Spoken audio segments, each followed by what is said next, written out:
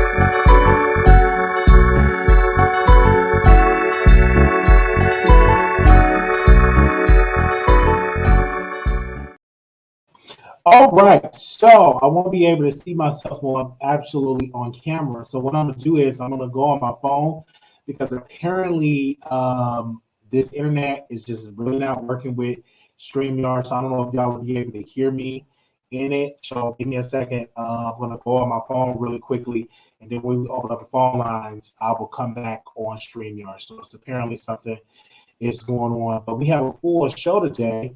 Give me a second. Full show today. I'm gonna go on the phone really quick because the phone was on crystal clear versus that. So give me a second on the stream, y'all. Give me a second. Make sure y'all share this live and thumbs up. There we go. Okay, give me a second.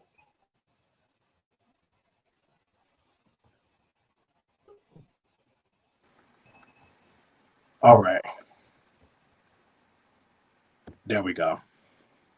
Okay, should be better now. All right, because there's something going on the internet. Because apparently I have to get a new cord internet thing, and I can't find it. So when you're on the Wi-Fi, it's like choppy and stuff like that. So I'm gonna find it on the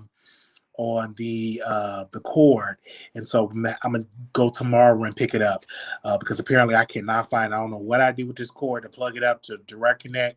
Usually we won't have those problems because trying to go live on the Wi-Fi is like an issue and a problem. But nevertheless, we are live now. Apparently, we went live on Instagram, and you all were able to see a clip that we posted on Instagram concerning this Storm Monroe interview and stuff like that. But before I get into that, I want to give a full breakdown on the reason why Tasha K and Ahmad Wiggins are not friends. And I want to give you all this full breakdown for people that do not know.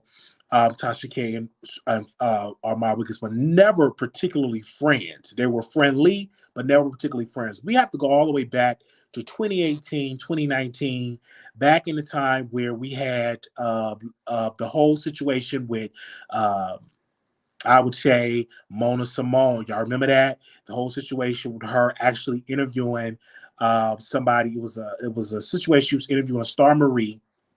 And Mona Simone had the interview, and I guess Tasha K stole the interview, or according to Mona, took the interview from Mona Simone. So, with this conversation, led to this new YouTuber by Armon Wiggins. When I say new YouTuber, he was new in the game, coming up in these streets. So he decided to go live and post Tasha and to post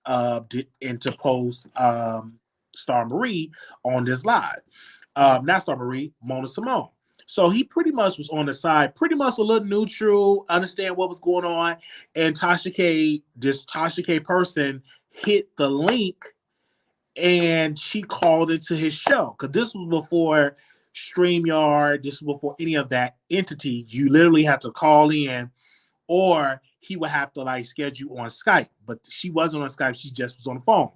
So she was having this conversation about Mona Simone, and then, Ahmad Wiggins covered this again. Tasha K called it again. She's like, "Oh, I love you. You're so dope. You're so amazing." So she was sharing Ahmad Wiggins on her website. She was sharing him on her social media, all of her social media, and they picked up a friendship. and they start having conversations and stuff. And this time I was in the Armon Wiggins camp, meaning that I was friends with him. I would go on the show. I was actually on one of those episodes when Tasha K called in, and I remember he said, Tasha K is going to be his mentor, or she's going to help him. And I said, I just be very, very careful with Tasha K. I don't think you should do it. I told him this. I don't know if y'all ever heard this, but I told him, I said, I don't think that you should be getting involved with Tasha K or get involved with that situation, because I just did not trust it at that moment. I didn't know too much details about Tasha. She could have been a nice lady, but I remember what I told him. I said, don't do it. Okay? Didn't listen to me. He did it. So they had this relationship. So she would help him out and stuff like that. He would get on the phone and talk to her. He really looked up to Tasha K. She was like literally the queen of this social media stuff. So they had this relationship. And the part of this relationship, it got a little sour. Okay. Let me tell you how it got sour. And I'm gonna tell you, this is my opinion of why it got sour. So do not get mad at me with my opinion. So it got a little sour. So Ahmad had a conversation with Tasha concerning the Dr. CB. The family of Dr. CB were going around wanting to interview. So according to Ahmad, they reached out to him for an interview. And he told Tasha, hey, Dr. CB family want me to interview them on my show. What do you think about that? So it's a conversation. Armon Wiggins woke up one day to Dr. CB family, his wife and daughter, on the show. I think it was his wife and his daughter on the show. Tasha K interviewed them in the radio station, and Armon Wiggins were caught off guard because they were supposed to come on his show, and they was on Tasha K's show. And the tea was that Tasha K told them, Dr. CB family, do not interview with other bloggers because you're interviewing with me. So Armon was caught off guard. Like, what's going on? Like, they supposed to be on my show. You're supposed to be my mentor. You're supposed to be this person that I look up to. And this particular interview that I'm doing, it ends up on your show, and they supposed to interview with me. So ever since that day, it got sour. And of course, Tasha K did a live, and I believe Ahmad hit the link. He said, I know you talking about me. And then Tasha K was like, what do you mean? I don't know you like that. We're not friends. I know you for 29 days. What do you mean? You all in your feelings. And, Ahmad being an emotional person like he was back then, he was very emotional. He go live. It was like Tasha K did this and this would happen. And she lied on me. He go live. And then fast forward, we just talking. I'm just giving my opinion in there. Give me a second. Can y'all hear me? Give me a second. Can y'all hear me? I want to make sure y'all can hear me. Just let me know in the comments if y'all can hear me. Give me a second. I want to make sure we good. Okay, y'all can hear me. So let's do a little fast forward.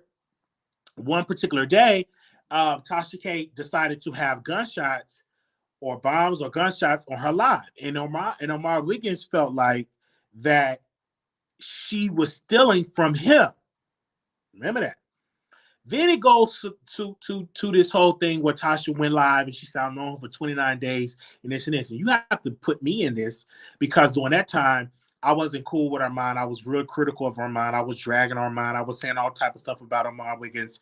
So Tasha K come on the live and be like, hi, Wiley, this is Tasha. How you doing? I'm like, how you doing, Tasha K? What, how's everything doing? And she come on the show and she explained to us the beef between her and Ahmad Wiggins or what happened. I only know him for 20 hours or whatever. In that episode, Armon Wiggins called in. He was like, well, if she can do a press tour, I can do a press tour too. Ain't no B gonna stop me, and this is what I'm doing. Blah blah blah blah blah blah. He was just throwing shots, and that happened in that case. And so when it happened in that situation, you know, they wasn't cool. It was very sour. Ahmad would go live. He would drag Tasha K all on his social media, all on his YouTube. Tasha K would go live on other platforms, do it, and then Storm Monroe is in the picture. Uh-oh. Who was this Storm? A Storm come. Storm went, he was announced as Tasha K new mentee. This is right after Tasha K and Ahmad Wiggins fell out. This is right after Tasha K and Ahmad was going back and forth on social media. Then a Storm come. Then she said, this is my new mentee. And then Storm picked up a bone and he decided to drag not only Armon Wiggins, but to drag his family. You can't see that live because that live is private. Having a conversation, reading Armon Wiggins' family as well as Armon Wiggins. Then he said, I'm going to do a prescription on her. Boom. And then Armon Wiggins was like, whoa, what's going on here? Like, who is this guy coming at me? We are not the same. So he decided on his live a couple of years ago, he decided to go live and to drag Storm Monroe. He called Storm Monroe gay. He called Storm Monroe the DL. He called Storm Monroe the S word. He called Storm Monroe the F word. He decided to just drag. And of course, the subscribers will say, you would never be like Storm. Storm is better than you. It was like a whole little war that it was Armon Wiggins and Storm. Of course, you got to bring my name up in here because I played a narrative. And then I was like, hey, who will get to 100,000 followers, Storm or Armon Wiggins? And I played it to the narrative. So he dragged Storm Monroe about his sexuality. And he was the first YouTuber with a massive platform, talking about Ahmad, to drag Storm about his sexuality. So he dragged him. And then at that time, Tasha was on my live. She said, you know, can't wait for that clap back. Storm never clapped back to Ahmad Wiggins. He never clapped back when Ahmad Wiggins said that. So we're going to move forward. And then, of course, Ahmad felt wronged by Tasha. Then we have to go towards this interview that Tasha K interviewed Storm. And let's put a pause right there before we get to that interview. Let me name Lovely T and Daytime T-Top. Let me name Daytime T-Top for a second. Can I name her for a second? All right, thank you. So, Candice was very close with Tasha K. They were good girlfriends. Good girlfriends. Okay, we interviewed Candice on the show. They were really, really good girlfriends. So Armon, because Candice was attached to Tasha, he said it is a spirit of bloggers trying to stop my bags. It's this girl Candice that does cartoons that don't have a personality. Is literally trying to, and when I do content, she would do content to get me knocked out of the algorithm. He was just going on and on about Candice because Candice was attached to Tasha K. And he felt that Candice was picking up a bone and trying to come at him under Tasha K orders. You remember that? And he said, oh, you stick with the cartoons. You don't have no personality. You're this and you're that. And so they were having a beef. They were having a beef. And of course, I go live, I do my commentary. You know, anytime I hear some stuff go on, I'm going to go live and I'm going to be messy and I'm going to wake it up. So that goes on. One particular day, Tasha K and Candice broke up. They're no longer friends no more. Tasha dragged Candice. Boom. Candice and Armon linked up. And they met each other in person for the first time. Now, correct me if I'm wrong, it was Erica Banks that came into this picture that, you know, Candice interviewed Erica Banks, and then Armon Wiggins interviewed Erica Banks. And then Erica Banks invited both Candice and Armon to come to the city to see her, to come to an event and to see her and to be at the house. And they met up. And while they met up and having this event, they took a picture. Oh, this is my friend. It was like a big thing. This is my friend. Hey, friend. How you doing, friend? Hey, friend. Candice was doing all this. And, you know, people were shocked because Tasha K used to drag Candice, call her Christian Candice. See, that she was such this Christian woman, that she was just this holy woman, and she's out here taking all these pictures with Erica Banks cheek to cheek, and she's supposed to be a Christian. Of course, you got to add me to the mix because I go live. I talked about it. I said, why she got a cheek to cheek to this, and she's a married woman, and you in the same hotel with a man that's not your husband? What is going on here? So I went in, I was in that whole narrative. Okay. So let's move forward. So Storm get interviewed with Tasha K. Now, I'm sitting here because number one, I'm a fan of everybody. Okay, I'm a fan of everybody. I sit in my chair and a clip came out and she said, Storm, you know, a lot of people are mad. A lot of people are so mad that we linked up. I'm like, is this a shot towards Armon? Like, who is the people? Who is mad here? Like, I was like, it was set up. No one really talked about that introduction. No one even talked about that clip. No one talked about it. I saw it. I moved on. I said, okay, let me watch this interview. We learned that Storm Monroe was asexual. We learned that Storm Monroe almost smashed a white woman. We learned that Storm Monroe got his rent paid for Tasha. We learned some things about Storm Monroe. We learned that he's an educated brother. He got his bachelor's degree. Boom, boom, boom. He's independent. All this type of stuff. We learned this stuff. And then we get to the end of the video. Towards the end. Hashtag the end of the interview. Close to the end.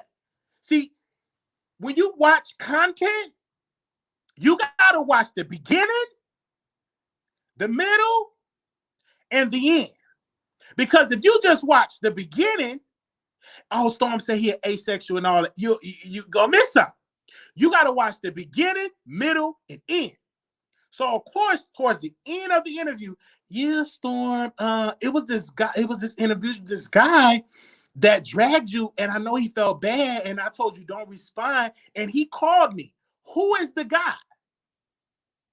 That guy is Armon Wiggins. Tasha K was talking about when Armon Wiggins dragged Storm Monroe's sexuality. And so Tasha brought it up in an interview. The only thing I say to Kiwi Studios, to Tasha K, and to the producers, Chelsea, and all of them, don't just bring up a subliminal. Put the person name of who you talking about so we all can know who you're talking. The reason why I know is because I'm messy. I'm aware of this situation. I know who you talking about because I seen it all. So that ain't gonna go over my head. But to the general public that may not know about it, say the person name of who we talking about. So they having a conversation. It was a guy that told me, he called me. And I'm going to just say Armon Wiggins' name. And Armon called me and said, you know, tell Storm he's sorry. He didn't mean to drag him because he felt bad and stuff like that. And I have a problem with you. Then Storm said, I saw the text. And then Tasha said it was a phone call. So we really don't know what it was. Was it a phone call or was it a text? So we hear this. And then Storm said, well, I was wrong because I shouldn't even brought up nobody's family. So I was wrong for that. And then Tasha, don't worry about it. If you talk about their family, so what? You can drag it. It's okay. Drag. Storm felt bad. He felt in his spirit that I dragged his family and I shouldn't have did that. But Tasha said, no, you can drag whatever. What Storm should have told Tasha, sister, I hear what you're saying. But I was wrong for bringing up that man's family because one thing about Ahmad Wiggins' family, they're not content creators. They're not on YouTube. They ain't say nothing about that man's sexual. His daddy didn't say nothing about it. His mama didn't say nothing about it. His sisters and brothers didn't say nothing. They never mentioned a Storm Monroe ever in life. So they have nothing to do with this. This is between you and Armon Wiggins and Storm. But Tasha said, F that. You can drag. But what Storm should have told her, no, I was wrong because I should have never brought up his family. That's the piece that when I heard that, I was like, wow, Storm Monroe apologized to Armon Wiggins. But people forget that Storm came after Armon Wiggins first. People forget that because the videos is on private. See, when you private stuff, take it down in private, it make it seem like it was Armon Wiggins that went at or that Storm Monroe first. No. Ask Mr. Wiley, and I'm going to tell you it was Storm that came after Armon Wiggins first. The reason why you don't see that video is because it's private. It's private. You ain't gonna be able to see it. So you can go back to Ahmad Wiggins clapback and you would think, oh my God, why would Ahmad Wiggins say that? But you would have to ask Storm where your clapback at. And Storm Monroe apologized for what he said. Okay? But let me drink a little bit of my KFC. Hold on.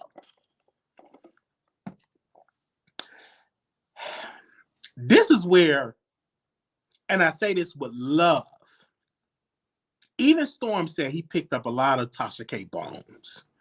You have to be very careful. Though you are a mentee of a person, you have to be careful picking up that person Tasha K battles. If she's battling somebody, let her go tit for tat for that. But if you pick up her battle, you in return get into the mess as well. When the shots get thrown, you get hit. Boom, boom, boom, boom, boom, boom, boom. He picked up some of her battles. And so in return, they started to come after Storm. And then Tasha said, Storm, I feel bad for Storm Monroe because he wasn't prepared for all this stuff because they were coming at Storm really hard, right? But he picked up some of her battles. And sometimes when you are a mentee or if you follow somebody, if you ain't about that life, see, I'm different. I'm about that life. I pick up a bone. I eat chicken bone. I pick it up. If I feel like picking it up, I pick it up and I go get the swing. I'm just that type of person. I'm an entertainer. It is what it is. I know how to roast and gag. I'm from a whole sector in Chicago. That's all we did was just talk about people. I used to expose people and all type of stuff. A lot of stuff I used to do. So I'm a different type of person. If I want to pick up that bone, I'll pick it up and start swinging. Your battle become our battle. I would do that.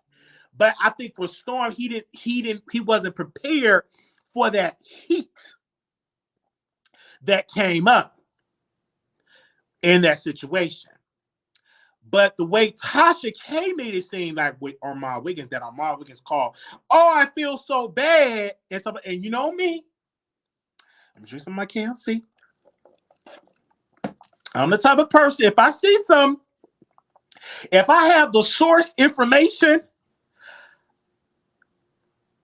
I'm going to go to the source. So I had a phone call with Armon Wiggins. I had to call him. We had to talk. I had to bring this up. He didn't know what was going on. I had to bring it up because I'm a news reporter, and if I got the source's information, why not call the source? Hey, what you got to say? And all this type of stuff. This was saying, and this. Did you call Tasha? Did you plead with her that you apologized to Storm, that you were so emotional that you apologized and stuff like that? And she said that you are inferior to her and all. I'm a reporter, and if I have that person, and let's bring up the question: are you inferior to Tasha K? Because that's what Tasha K said. A lot of people, it's not going to pay $12.99 to hear the mess. I'm going to pay it because I'm like, what's going on, so I can see what's going on here. And all this, let's talk about it. Let's talk about it. Everybody ain't gonna do what I do and pay the $12.99. I got $12.99 to pay the $12.99. While I'm going to give me some KFC. Let me go and watch it, see that I missed something. I'm like, oh, okay, this would be a good day to talk about it on a Sunday. I said, let's go ahead and talk about it. And she said, oh, he called and he pleaded, as though like he pleaded and begged for an apology, to apologize to Storm. That's what she said. That's how how she put it. And I said, well, let's go ahead and let's get this conversation started. Let's just see what the headspace at, because it's some conflicted stuff here. Storm says he saw a text, and Tasha K said it was a phone call. So that's a confliction right then and there. It's a confliction there. And I said, I really need to know what's going on. And I covered this stuff because I sat down, just like the rest of y'all. I'm going to sit down here and have this conversation with y'all in here. And we're going to cover it. And we're going to see what is going on, whose side is on. Now, I will say this. Armon and Tasha, the reason why they're not friends is because they have some similarities. They're not all the way similar. One, Ahmad is a man, Tasha K was a woman, so it's a difference right there. But they have some similarities. They have some similarities, baby. You put them in the same room and stuff like that. I talked. They have some similarities, and the similarities are there. Is that I'm a leader. This is how I run stuff. Ain't nobody gonna tell me, but this is how I see it. And Tasha K see it this way. And Armon will see it, and they're gonna clash because they both are bosses. And sometimes when you a boss and deal with this boss and then they got a situation that never got resolved is with that Dr. CB interview. So the question is, who did the family reach out to first? Did you steal that interview from Ahmad Wiggins? So right then and there, it's a problem with them two concerning an interview. And the question is Tasha K word against Ahmad Wiggins word? But at the end of the day, and I probably will call the family. Do I have my phone? Do I have my phone? Okay, I'm on my phone right now. I will try to text the family and ask them, who did you reach out for? Did you reach out to Tasha K first, or did you reach out to Ahmad Wiggins first? Because there's some disagreements with that interview. I think that if that never would have happened, they still would have clashed. It'd have been something. It'd have been about something else. But with that interview, it's something with that. Like, who did they reach out to first? Okay. And I'm just like, they have the similarity. They both have this. They both have an ego. They both run their show different way. But just the thing about Armon and with Tasha that people don't know, they think that Armon Wiggins started on YouTube. He just became a YouTube person. That was it. That's the case. I know I played in that narrative because when you beefing, you ain't gonna give the real story. You're gonna leave some pieces out because you're beefing. But he started out on Facebook. He even started out way before Facebook that I didn't even was privy to, but I can only talk about what I knew was Facebook. He would go live. He would talk about LGBT topics. He would drag people. He would bring them on camera. He even had an idea even before StreamYard. He would bring people on Uva. If y'all don't know what Uva is, it's like Skype where you can bring like 6 or 7 people on there, and we would argue, we would fight. It was all type of drama that we would talk about. He even interviewed one of the victims and Pulse nightclub. I think one of them went to Pulse nightclub, and he interviewed one of the guys from Pulse nightclub, I believe so. Yeah, interviewed him. So he had been doing this stuff for a long time. He would connect the TV to the person on the video. So, and then have his phone in the garage. It was a lot of stuff way before YouTube, right? He was doing this way before YouTube. So if you don't know, you have to really research a person to know that. And I knew that, and I stayed silent because when you beefing, you ain't gonna try to make them look good. You can like let them just get dragged. Another piece where Ahmad Wiggins and Tasha K played into when Armon got into that OG situation, hashtag OG. When that OG situation happened, and he said OG looks like a monkey. All right. When that topic happened, that opened the door for everybody that did not like Armon Wiggins, use that, including myself. He don't like black women. He said OG looks like a monkey. Black women shouldn't subscribe to that. Everything like that. He don't like OG and talking to that, this, that. And then Tasha K said he don't like black women. What black man will sit there and call us? But we are not monkeys. We are beautiful black women. Then you have Storm Monroe had that, and it was like he was canceled at that day. That particular episode, it canceled him. And then people that did not like him went live and played into that narrative and said, hey, I'm not like that. And the people were subscribing, they were watching. They said they're going to unsubscribe him. He lost some subscribers in that point. And of course, he gained it back. Everything he lost, he quadrupled that. But I'm just going back to that point. that people had unsubscribed that day, and people that did not like him used that and weaponized it and ran with this narrative that he don't like black women, that he has something against black women. And that was the narrative for a long time, where people were utilizing, including myself, including Tasha, including Storm. They were playing on this narrative of this situation. I remember, I would never forget the email that we even sent OG. And I said, hey, I love black women. You are a beautiful chocolate sister. I have my editor write a letter to OG for an interview. And I put in parentheses that you are a beautiful chocolate woman. And I remember I sent it to her. I wanted to OG interview. Of course, she didn't come on our show. I think she went on Storm Monroe show. And that was one of the points. And of course, he apologized. And of course, he gained those supporters back. But to this day, some people remember, some people don't. So they played into that narrative. But back to the whole Tasha K and Armon Wiggins place, I don't necessarily again will see them together, or to be friends, or to necessarily be cool. I can see them doing a show, because I think Armon will show up as well as Tasha will show. I will see them doing a panel, and they will talk and they will discuss. But to seeing them being lovey-dovey like a Candice and Armon, I don't necessarily see them actually doing that. I don't necessarily see him being that type of person with her, and I don't see her being that type of person with him. And you have to ask both of them, well, why you don't like him? What's the reason? And then you have to ask her, why you don't like him, mom? What's the reason? Whatever their conclusion is their conclusion. But the reason why we're bringing them up today is because I saw that clip and I posted it on Instagram. Make sure y'all go and check that clip out. And I played it for you all to see it. And then somebody DM'd me. They said, Wiley, I didn't know who she was talking about. Thanks for letting me know. I said, yeah, I'm going to let you know because I'm a commentary. And I said, that's what she was bringing him up. And then, but then you also got to talk about Storm part where he tried to apologize to Armon Wiggins. You know what I'm saying? And that's good that Storm and Armon is not allowing outside forces to make them beef. That's a good thing. They said, listen, what I did was wrong. We could be cordial. Hey, and now we don't have to be cool and like kumbaya, but let's be cordial. I'm not going to beef with you. You're not going to beef with me and everything like that. That's a good thing. But they could play in this narrative. For a lot of people would love to see them both go at it and clash and beef. Okay? All right? Again, and so I just went on and did this video, and I said, hey, we're going to have this conversation. We're going to break this down so y'all to hear it.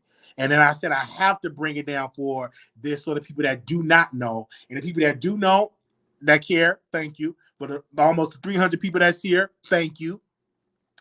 Because we have to bring this up. And the reason why I watched it was very entertaining. And that last part of it is just really, really good. Now, I think that Storm and Armon should have a one-on-one conversation and have that conversation. That would be a beautiful conversation. And so they can just talk and apologize.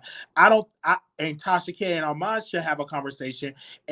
But you would have to talk about who stole the interview. And I listen, I may even make this post tomorrow to Zeus. Maybe Zeus need to have Armon Wiggins and Tasha K do a conversation. I know I put this on Instagram about a couple of weeks ago about the Kai and T.S. Madison, but I would love for a conversation of Tasha K and Armon Wiggins have a conversation on Zeus. I would love to see that. Okay? I would love to see a conversation with them two at it and have that conversation. I would love to see it. So I'm going to definitely put that post out tomorrow. And you ain't got to worry about bringing no wheelchairs, no crutches. Just bringing those two out to have a conversation, all right? So now I'm going to open up the phone lines. I'm going to allow y'all to call in. Shout out to Ahmad Wiggins. He said, absolutely not. She is such a liar. And Ahmad Wiggins run with that narrative and said that Tasha K is a liar. It is. That's what he said. They said, okay. All right. So I'm just giving my commentary here. All right. Thought that was history. Oh, and I'm just reading y'all comments. We're going to open up the phone lines and stuff like that. We definitely going to open up the phone lines and let y'all talk about it. Don't think Tasha K will step outside of Kibi Studios. I wouldn't.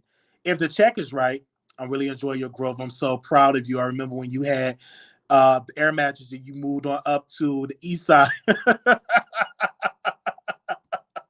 Well, quiet is I'm just here. We're gonna open up the phone lines, and I'm gonna allow y'all to call in and have this conversation. And the reason why I brought it up is because number one, I'm a commentator. Number two, I'm messy. And when I say I'm messy in the context that it's just good commentary. This would be good. Y'all want to know this. Y'all here watching. Ain't no 3 people in here watching. Almost 300 folks watching. So obviously it's something there, right? So let's be 100% clear here. Y'all here watching. So that's, hold on. How would I be able to do this? I'm going to have to give y'all the StreamYard because if I go on my computer, it's not going to work.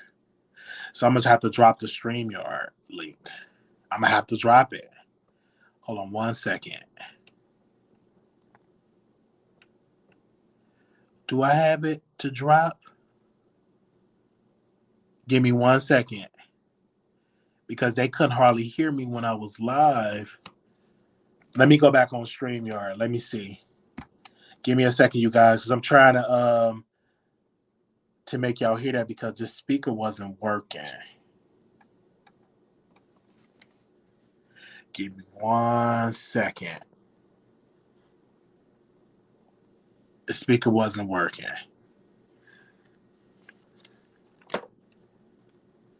Oh, better yet. Hold on 1 second.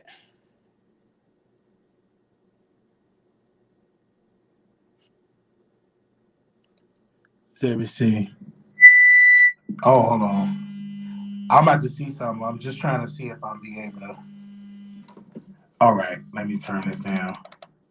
Let's see. And then I'm gonna have to get another speaker. Let me see. Hold on, you guys. I should have went to get that cord today, but apparently, let me see.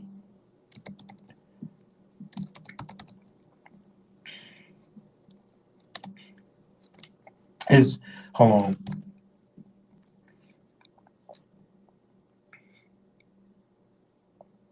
I'm doing something real quick. All right, hold on. Let me see if I'm opening up the phone lines. I want to be able to see if y'all can hear it. Because last time my speaker wasn't working, but it looks like it's working now. Let's see. Hold on. Let me see something. Oh, it is working. Okay. Like last time it wasn't working. Oh, it's working. Okay. I guess it is working. All right, we're going to open up the phone lines. I have to drop something real quick. For your show now, press 1 to hear important.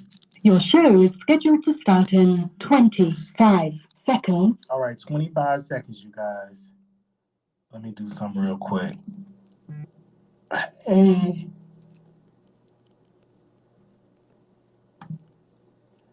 There would definitely be a conversation worth watching. Your show will go live in 5 seconds. 4, 3, 2, 1. Blog Talk Radio. All right, so the number is 646. Hopefully it works, you guys. 646-716-8447. All right, that is the number. Why is it saying waiting on? Oh, okay. I don't know if it's going to work, so y'all let me know. Okay. Let me see. I need to see. Let me see. Hold on 1 second. Hold on. See, I'm using a phone. I would have played it. I'm using a phone right quick. Just crazy. I'm using a phone, so I can't do it. They said mine has the same. They said, okay. Hold on 1 second. Let me post the number in here if you want to call in. Give me a second, you guys.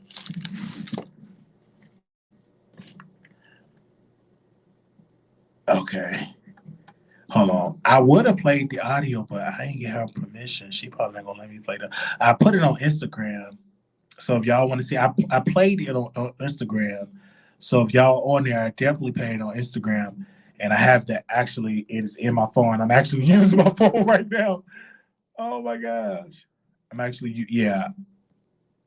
And I played it on Instagram.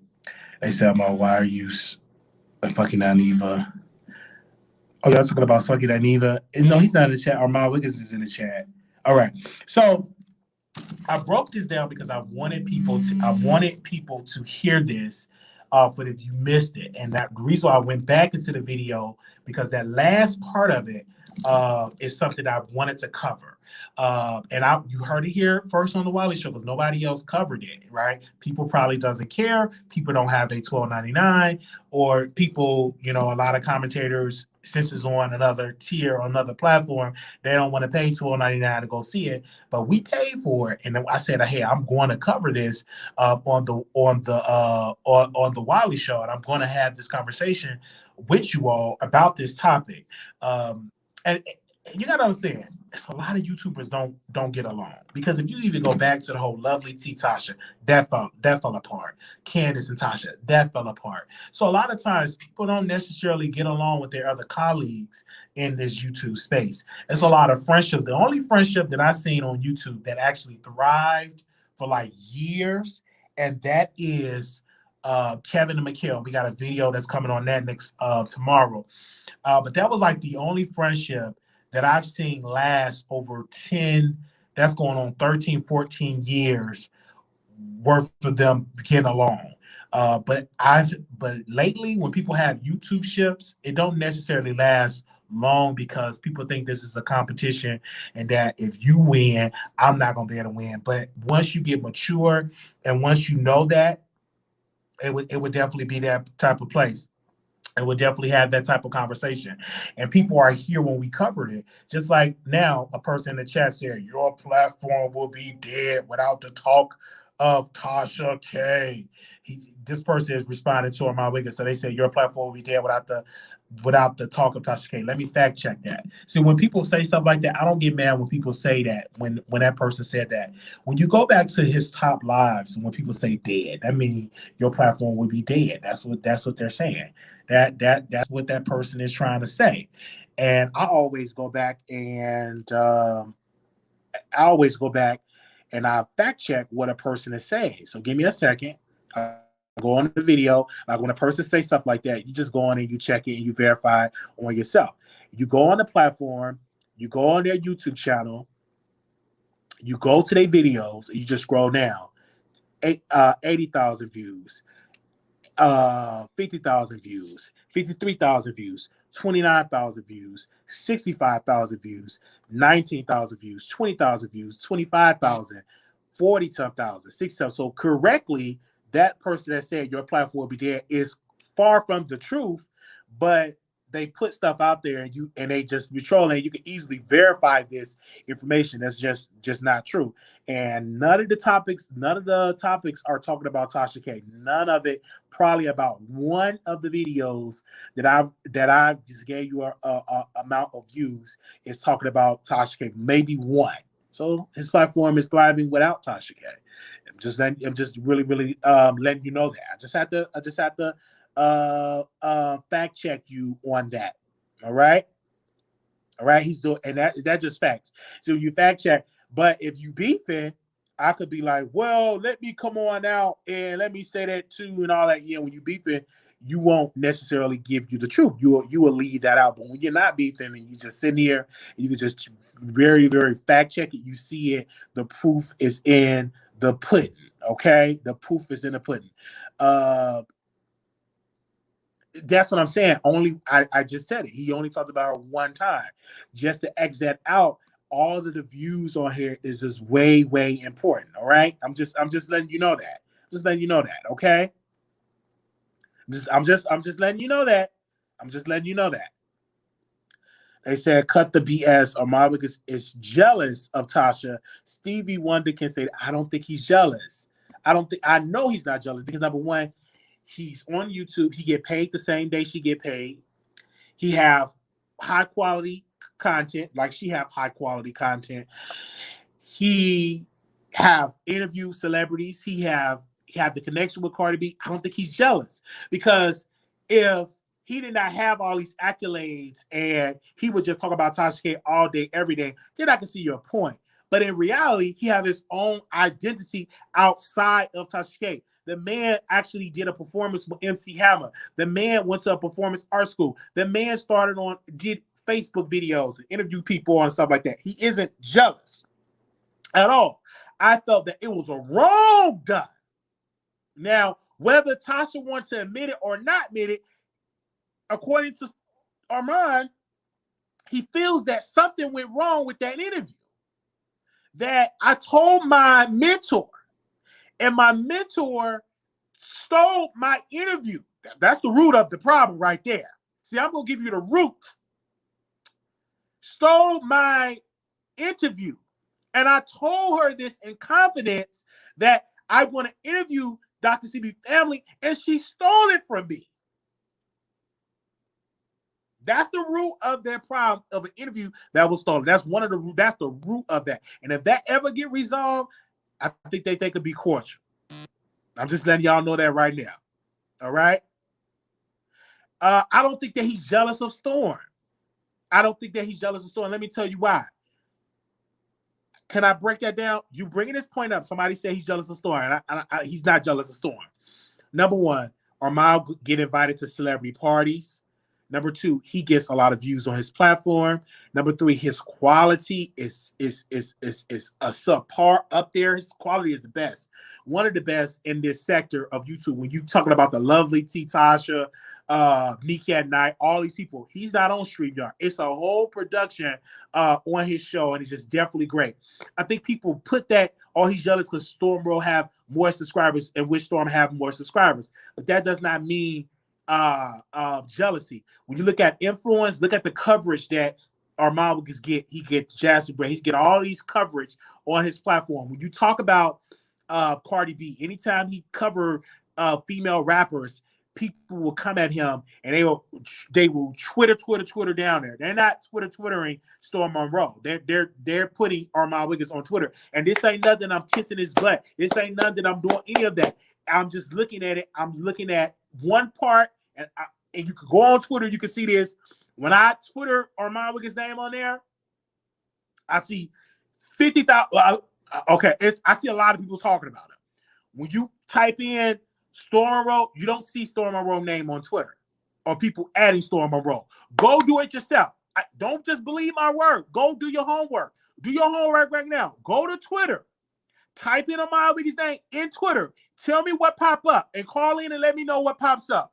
Type in when you type in Storm Monroe name and see what pops up. And they both are great. They both are talented. They both have something in there. But when you say, "Oh, he's jealous," I don't think. Why would he be jealous when you got all this recognition and your name is screaming on all these platforms outside of YouTube? Why would you be jealous? I don't think jealous is the right word. I don't think it's the right word. They both are doing amazing things. I'm just saying. I don't think Storm is jealous of Armon. They both are awesome and doing amazing things on YouTube. They're both are great. And we as Black people have to get out of this whole thing of this. We could be successful on YouTube. Everybody could be successful if you put the time, you put the energy out. Just like Kevin Samuels. People talk about him. Oh, he's so. Oh, excuse me. See, let me drink a little bit more of this, and I'm burping. Just like Kevin Samuels. People talk about how successful Kevin Samuels is and how he even surpassed Tasha K. But they forget to look at the beginning stages of Kevin Samuels. Kevin Samuels is not the same Kevin Samuels he was when he was on YouTube years ago. He's different now. But what if Kevin Samuels would have gave up when his platform didn't get off the ground 4, 5, 6, 7 years ago? What if he would have gave up and say, "I'm done with this. I'm done with YouTube. I'm done doing this. I'm done with it." He would have never been able to receive the blessings of it what he's receiving now. I'm just saying.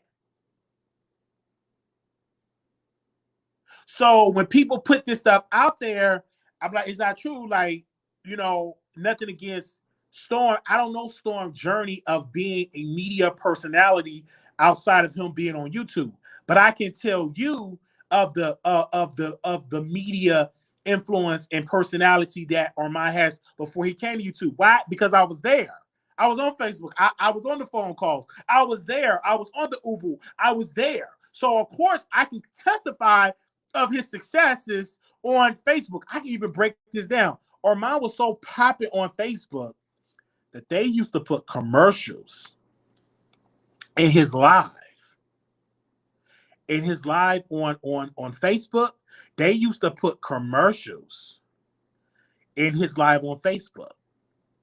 He was one of the first people on Facebook that when he go live, he can go to a commercial break. And Facebook will pay him advertising dollars. This before anybody even had something like this. Was way back on Facebook with commercials. And he was one of the first ones that were picked to get commercials in his Facebook Live.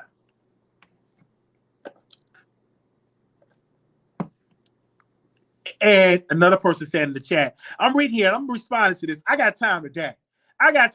Somebody said this, Armon will never beat Storm. That's another lie.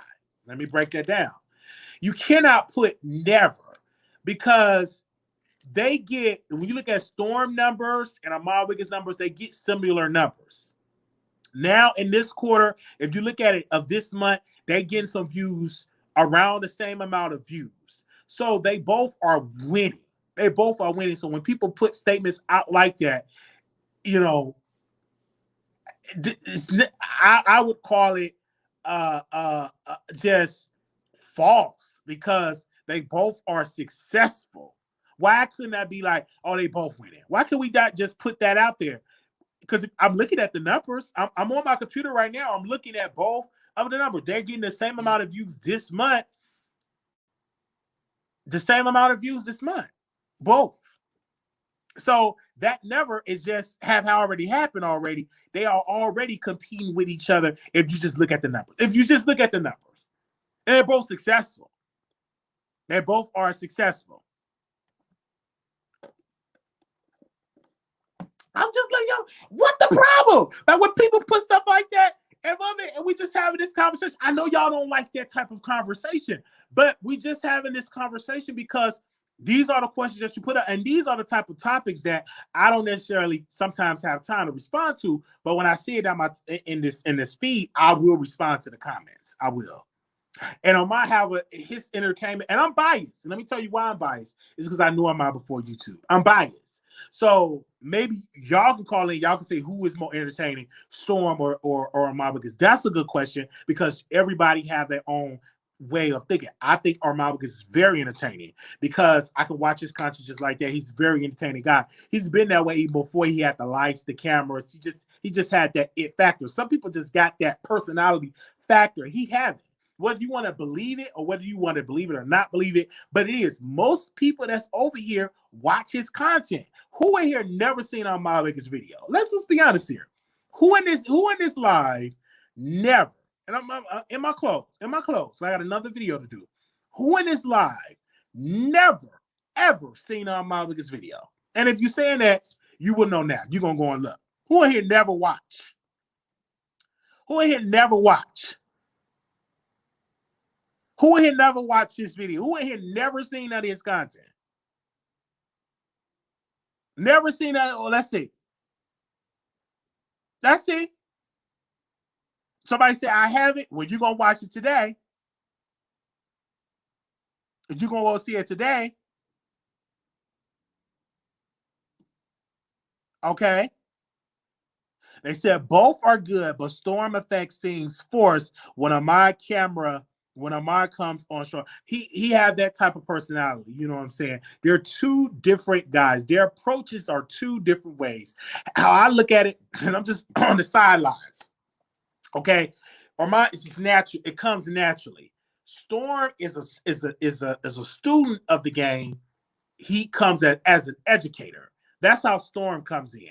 He's an educator, and he comes in preparing like a paper, and he go in, he study, and he get the exam. That's how he comes into it. All right, give me a second. Hold on. Let me see if it's gonna work. Hold up. All right. Let's go to the phone lines. You live on the air. Charles, you know I'm calling in, bitch. So did you hear what was said before we talked about it? Yes, and I'm just like gagging because when we had talked about, like, girl, I just can't believe that. It's just so crazy. The lies. It's the lies for me. So tell us what happened, because this Armon Wiggins on the line, that when she realized that she said that you called and that you apologized for what you said about Storm Monroe. Is that true? I need to go to your Instagram and I need to play this. Can I? Or you don't want me to play it on your thing? Probably not, because okay, I'm not gonna play it because she might strike you. Yeah. So I just can't. Okay. So what ended up happening was, so paraphrase what she said. So she said it was a guy, he came at you so hard and he thrives on negativity. And then he called me and said, well, I want to apologize to Storm. And you hung up the phone. And Storm and Tasha he said, and Tasha was like, I'm not nobody's gatekeeper. It is what it is. And that I want to ask you, she said that you are inferior to her. You have to really stop that. That's what she said. That's what she said in the line. So I'm just trying to see, did you call her and say, hey? You know, when you called me, I was gagging because I hadn't seen this. Because, you know, I'm not gonna lie, I've seen the clip of the interview, but I don't pay for her stuff, but I've seen the clip. And I expected something, because when I seen that she was like, yeah, the haters, I'm like, oh, girl, they're trying to push this narrative. They want me to be like mad or jealous about this boy so bad. I'm just like, I'm definitely not going to watch that. But then when you called me and you basically let me listen to what was said, I'm like, that's not even true. And I think that's the problem that I have with this woman. And I heard you saying, like, you know, it was about the Dr. Safety. Yeah, it was kind of about that, more or less. But, you know, it's more so now about, like I said, I don't hate her. You know what I mean? It's nothing of that. It's just, I don't respect it because she's a liar, bro. You know, like, the whole fallout with her and there was a part that, you know, she felt some type of way because I created the Be Original, bitch. You know what I mean? And I could be real. I felt like, girl, as a mentor, you telling me, you know, I'm calling you, I'm keying with you on the phone, and we talking, and you telling me about, you know, Lovely T and this and that, and how you feel like all these content creators are jealous of you, and Essie Berry and Mona Swan. I'm just like, okay, girl, like, you know, well, you're doing your thing, you're on top, like, you're gonna make it, and da-da-da-da, like, it's no tea. And so if I'm pouring into you like that, and I'm your mentee, whether it's a day, hour, 29 days, whatever, at some point, I'm like, you know, as a person during that time, I'm like, at least I'm thinking you're gonna at least give it back. You know what I'm saying? But she would never give that energy back. Instead, she was like, oh, my husband doesn't want me to repost you no more. My husband. And I'm like, okay, you know, cool, whatever. And then I see her like with the gunshots and doing the twerking and shit. And I'm like, okay, bitch, like taking my shit. Like, you know, so the immature me a little bit, no shade. I'm gonna be real. I was a little immature, you know, very emotional coming up because I was already feeling some type of way. That was during the time I was feeling some type of way about Madison. You know, it was just a lot going on. So I could be a real bitch. I created the Be Original. She got hold of that. So she felt some type of way because, you know, I pretty much kind of threw a little shade at her. And I did, you know, I did. And so I could take my wrong in that. I did throw shade at her because I felt like she was mocking me and copying me instead of helping me. You know, I felt like she was pulling from me instead of like really supporting me. So I did throw shade at her. I did do that. And so she kind of felt some type of way and didn't want to work with me. That was fine. But outside of that, I was already feeling some type of way because I'm like, girl, I'm giving you, letting you know about interviews and shit like that, and you telling people not to, sign up and work with me for, you doing like weird shit behind the scenes with different interviews. So that's the whole thing with that. My issue with her is that this woman don't want nobody mentioning me with her because she thinks she's so much bigger than me and she thinks she's so much better, which is not true. You know what I mean? The thing is, I know people on your channel don't like me when I talk highly of myself, but the bottom line is this: she knows I'm that nigga. That's why she went and found someone to literally was paying for a nigga to try to compete with me. You know what I'm saying? And this is why, even to this day, this woman goes on platform from platform and indirectly speaks about me and then acts like I'm somewhere trailing her, but yet you're interviewing your mentee, and at some point, you're making it about me, which I'm so confused about. And I'm going to get to that in a minute, but if that nigga's so fly, is so talented, so dope, why am I a part of his story? Like, girl, like, just let it be about him. You don't have to keep adding me to it. It's unfortunate because it's like the nigga can't even be successful without you trying to throw shade at me. It's like, girl. So I want to ask you a question. Do you think that she picked up Storm Monroe to get back at you? That's the only reason why she mentored Storm is to get back at you? That's what you believe? 100%. Well, because there was an era, there was a time. Well, because remember, she was like, "I'm not gonna go back and forth with a man. I want a man." And remember, he was the straight man that was gonna check me, and all of this stuff. So that she wanted someone that she's been trying to create this divide between us because for whatever reason, she tries to make it seem like she does not want it to be Googled, or she does not want the conversation to be, are you team Armon Wiggins or team Tasha K? And that's kind of what the conversation is. When people watch on YouTube, they and I'm sure there's everybody else too, but I'm just saying, like, people be like, I like you or I like Tasha K. And she can't understand for the life of her is how is this boy, this gay man with only 100,000 followers being compared or mentioned with me? Because I have all this quality and all this production, and I'm breaking these stories, and I'm flying bitches out, and I'm always at 1 million subscribers. Don't compare him to me, but baby, I got that. I'm an influential bitch. I'm an entertaining motherfucker. Like, it's always gonna get that. Viral fight videos go viral, and we don't know who they are. So numbers ain't everything. Think about how many videos that went viral on World Star. You can't make out a single person on there. You feel me? So, but she tries to create this divide. So she wanted Homeboy to come in and create the divide between us. Now, I'm going to say this on your platform. I do not have a problem with Storm. Actually, he's good in my book. Now, when it comes to their conversation, I want to be very clear. I don't know why she keeps trying to perpetuate this narrative that I'm like stalking her or in love with her. She has a botched lip fucking assistant, Chelsea, always chiming in. It's like, girl, how is she chiming in when this girl was in my DM trying to work for me? She's just trying to be in. So it's like, girl, get up out of here because you emailed me trying to be on my team. Oh, wow. So you saying that Chelsea emailed you to work with you? Yeah, she tried to work with me. Yes, Chelsea wanted to work for me before she went to Tasha K. That's the whole team.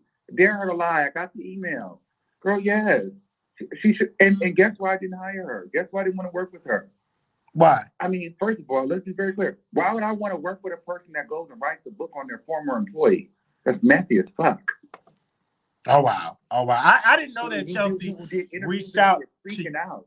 Oh. Yeah, like I'm not fair. I don't want no bitch around me like that. No shade.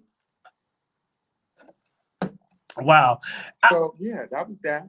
What if Tasha K were to call you, and what if she let's just say point of conversation and say, you know what, I did steal this interview from Dr. Stavey interview from you. Well, how would you respond if she would come out? Do you think that she will ever come out and admit that I stole that interview from you? Well, no, I don't think she'll ever come. I mean, I think that, honestly, I think her ego would never allow her to admit that, and I think that with us, it's gone too far. I think that she's able to fake men fences with like Lovely T in the daytime and people like that because she doesn't view them as threats or competition. She could never want to see me, and it's like she wants to almost erase me because she understands once I break through the glass ceiling, bitch, I'm gonna be a motherfucking problem. So I think more than that, like her competitive nature won't even allow us to be on good terms because she's like, she's like you even said, I think in one of your videos that she talked about how, Storm is a man, so he'll go farther than her. So if she feels that way about him, which was her second mentee, well, what does she feel about me?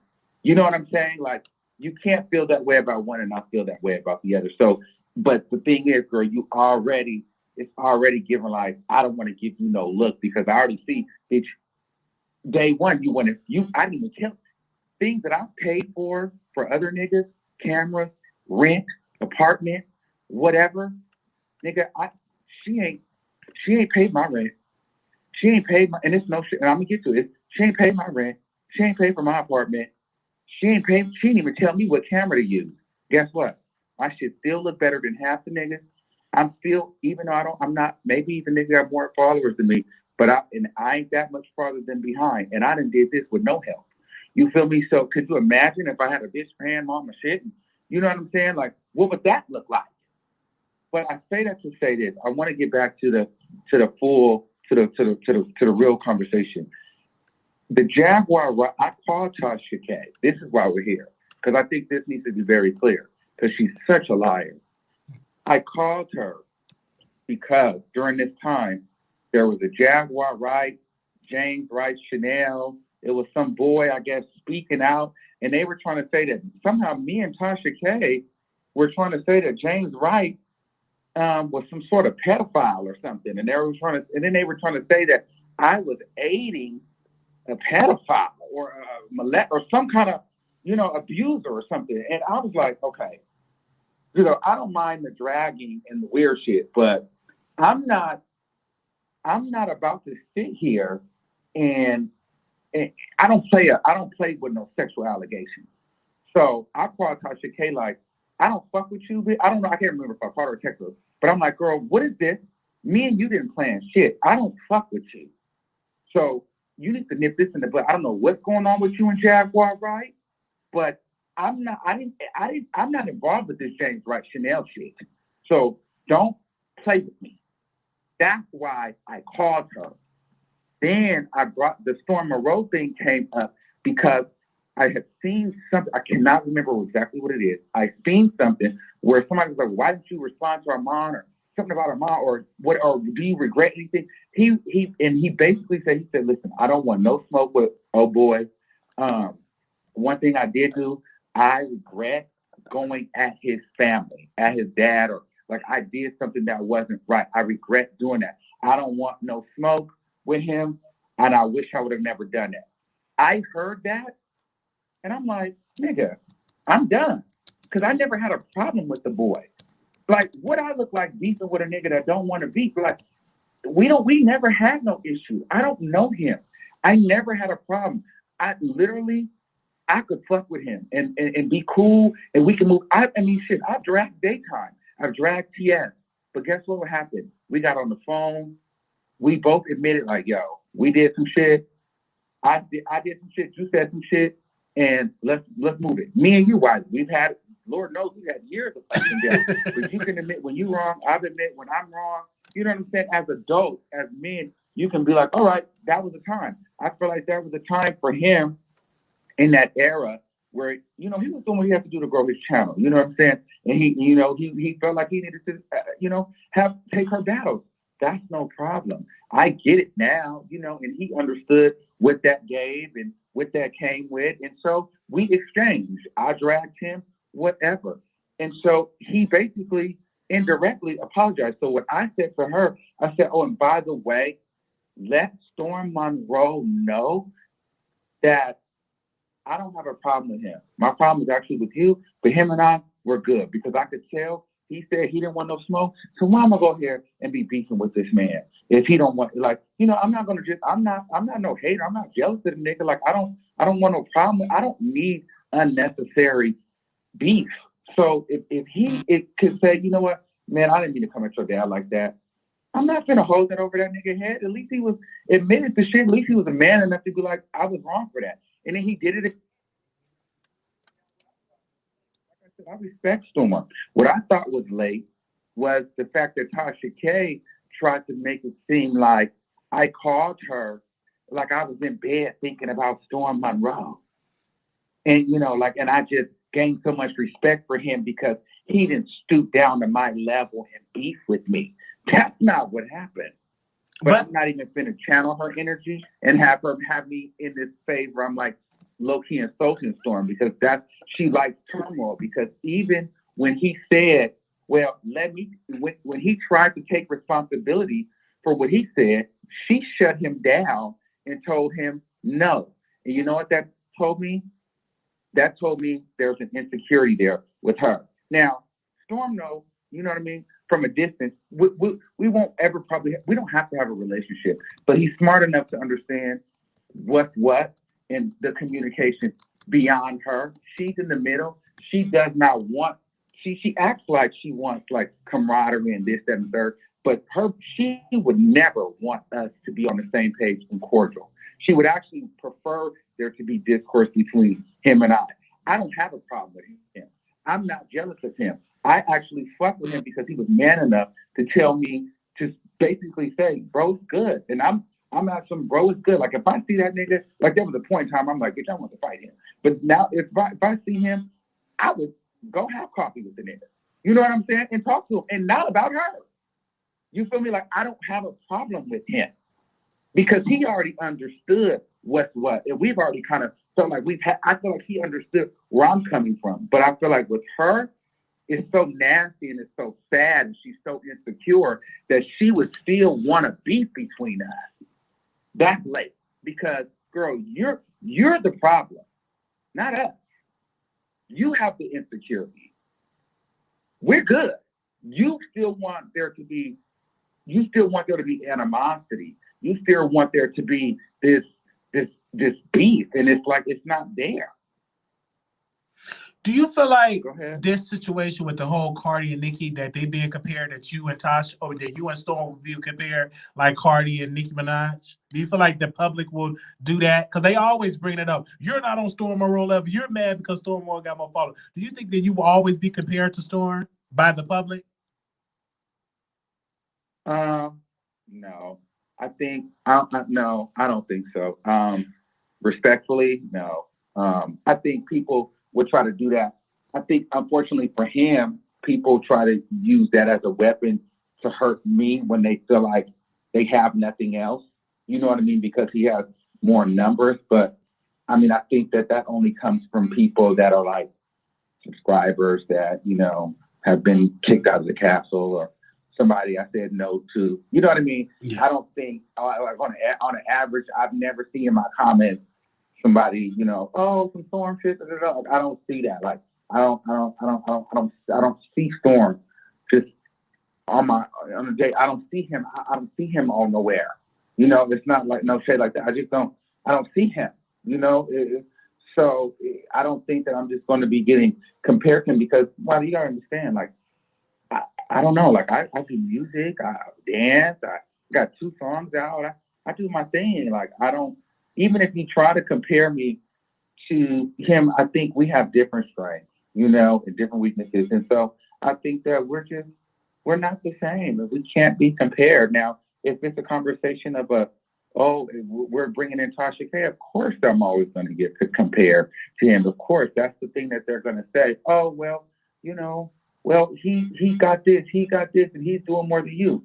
But, you know, just like they all said, well, now they're talking about it. I was talking about it then. Well, yeah, he got all that, but she was paying his bills. She was buying shit. Like, so he really should be at that level. Don't you think? Yeah, but he did offer one thing that I can't say in the interview when she paid his rent. He offered to pay it back, and she told him no by the camera. And you really believe she did all that just to get back at you? That's something when somebody just pays somebody bills and give them equipment just to get back at you. You really believe that? I just want to make that clear. Yeah, I mean, I do. I do think. I think it was to get that, and I think that was to stroke her ego. But I definitely do, because you got to remember there was an era where she was trying to make 7 stars happen. It's just 7 stars wasn't consistent, and she wasn't getting it. And remember, I was talking a lot of shit. Remember, she was like, 7 stars going to be at 20,000 in a month. Like, remember, she was just saying. I remember that. Wait a minute. She was saying, Wait, I remember that. Buying 7 stars, microphones and shit. Yeah, she was doing all that. She was like, yeah, they're going to be at 20,000 in a month. I remember that. And she went and made that post. The first time Storm passed me, she went and made that post. Yeah, Storm, God has made Storm's enemies his footstool. That's why I'm so glad you listened to me. I'm like, why is all of this about me? And then just hearing this, she posted his income to show like nobody's making money like Storm. She posted his income to show that she did that. Yeah, I did that. And try to bait me into posting my income. It's like, girl, I'm not posting my income. And she was like, yeah, because I remember that. She's like, yeah, they're making more money than him. And I'm like, girl, like, you keep trying to, girl, I don't, what do we, that's like, okay, that's like, and I'm not saying we're millionaires, but I'm just saying, like, in this game, let's just say Storm made $10 million in 1 month, right? And I made $7 million. What are we arguing about? That's true. Bitch. Like, you feel me? Like, what do you like? Y'all both have Mercedes Benz. Y'all both have personal assistants. Y'all both have stuff from that. I think it's people. I think your personality or mine. I think people will show you more love if you talk down to yourself. You was raised in a 2-parent household. People does not like. This is one thing they don't like about you. You always talking about. I was not raised in a 2-parent household. Oh, you wasn't raised in a 2-parent household, but you had your father. Is what I'm going to try to say. You talk about your relationship with your father. I had my dad. And I had my my mom. Okay, so I lived with my dad. Okay. And my stepmom, and then sometimes I would live with my mom and my stepdad. So you have that self-confidence. You know, some people don't like when you say, you that man, I don't need your money, get out of my chat. People don't like that. But you have always been that way, this ain't something that's on YouTube. You've been that way on Facebook, but I think some people are turned off by that personality of yours. I think so too, right? But my dad always told me, he said, you need to be a little arrogant. And I said, Dad, because there was a time I was on here, I was like, yeah, everybody keeps calling me arrogant.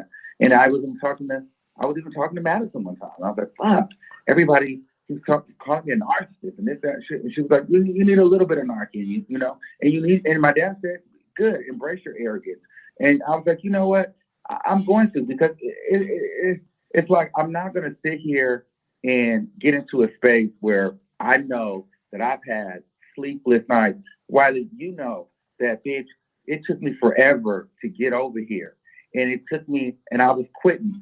You was quitting. And we had to encourage each other to stick to it. Right. You remember we would sit up late at night and I would say, oh, bitch, I just went and bought a new TV and we about to do this Ubu shit. Yeah. Then we would go get logos made for the bullshit Bell Show. Yeah. And we would do this and we would do that. And we would sit up and brainstorm. So we would brainstorm ideas for hours and hours and hours. And then, bitch, we would try to work with Auntie Gummy and then Cookie Tookie and we did this and then me and you beat and then we got food and we beat again, And so when I get over to YouTube and somebody tries to take credit and try to say that they know me since 2017 or try to downplay my body when it's like, girl, I was good enough for you to take from. I was good enough for you to be inspired by me. I was so good to where your husband was telling you don't share that nigga shit no more. That's when I knew I was a problem. I knew I was a problem because, bitch, you paying niggas rent, but bitch, I couldn't even pay you to promote my shit. Be very clear. You paying niggas bills, but I couldn't even pay you to promote my shit. Let that sink in. And I want to ask you a question because sink in. I hear that, and that's a good point that you're making. Another thing people say about you, and I played into this narrative, that you hate Black women. Do you hate Black women?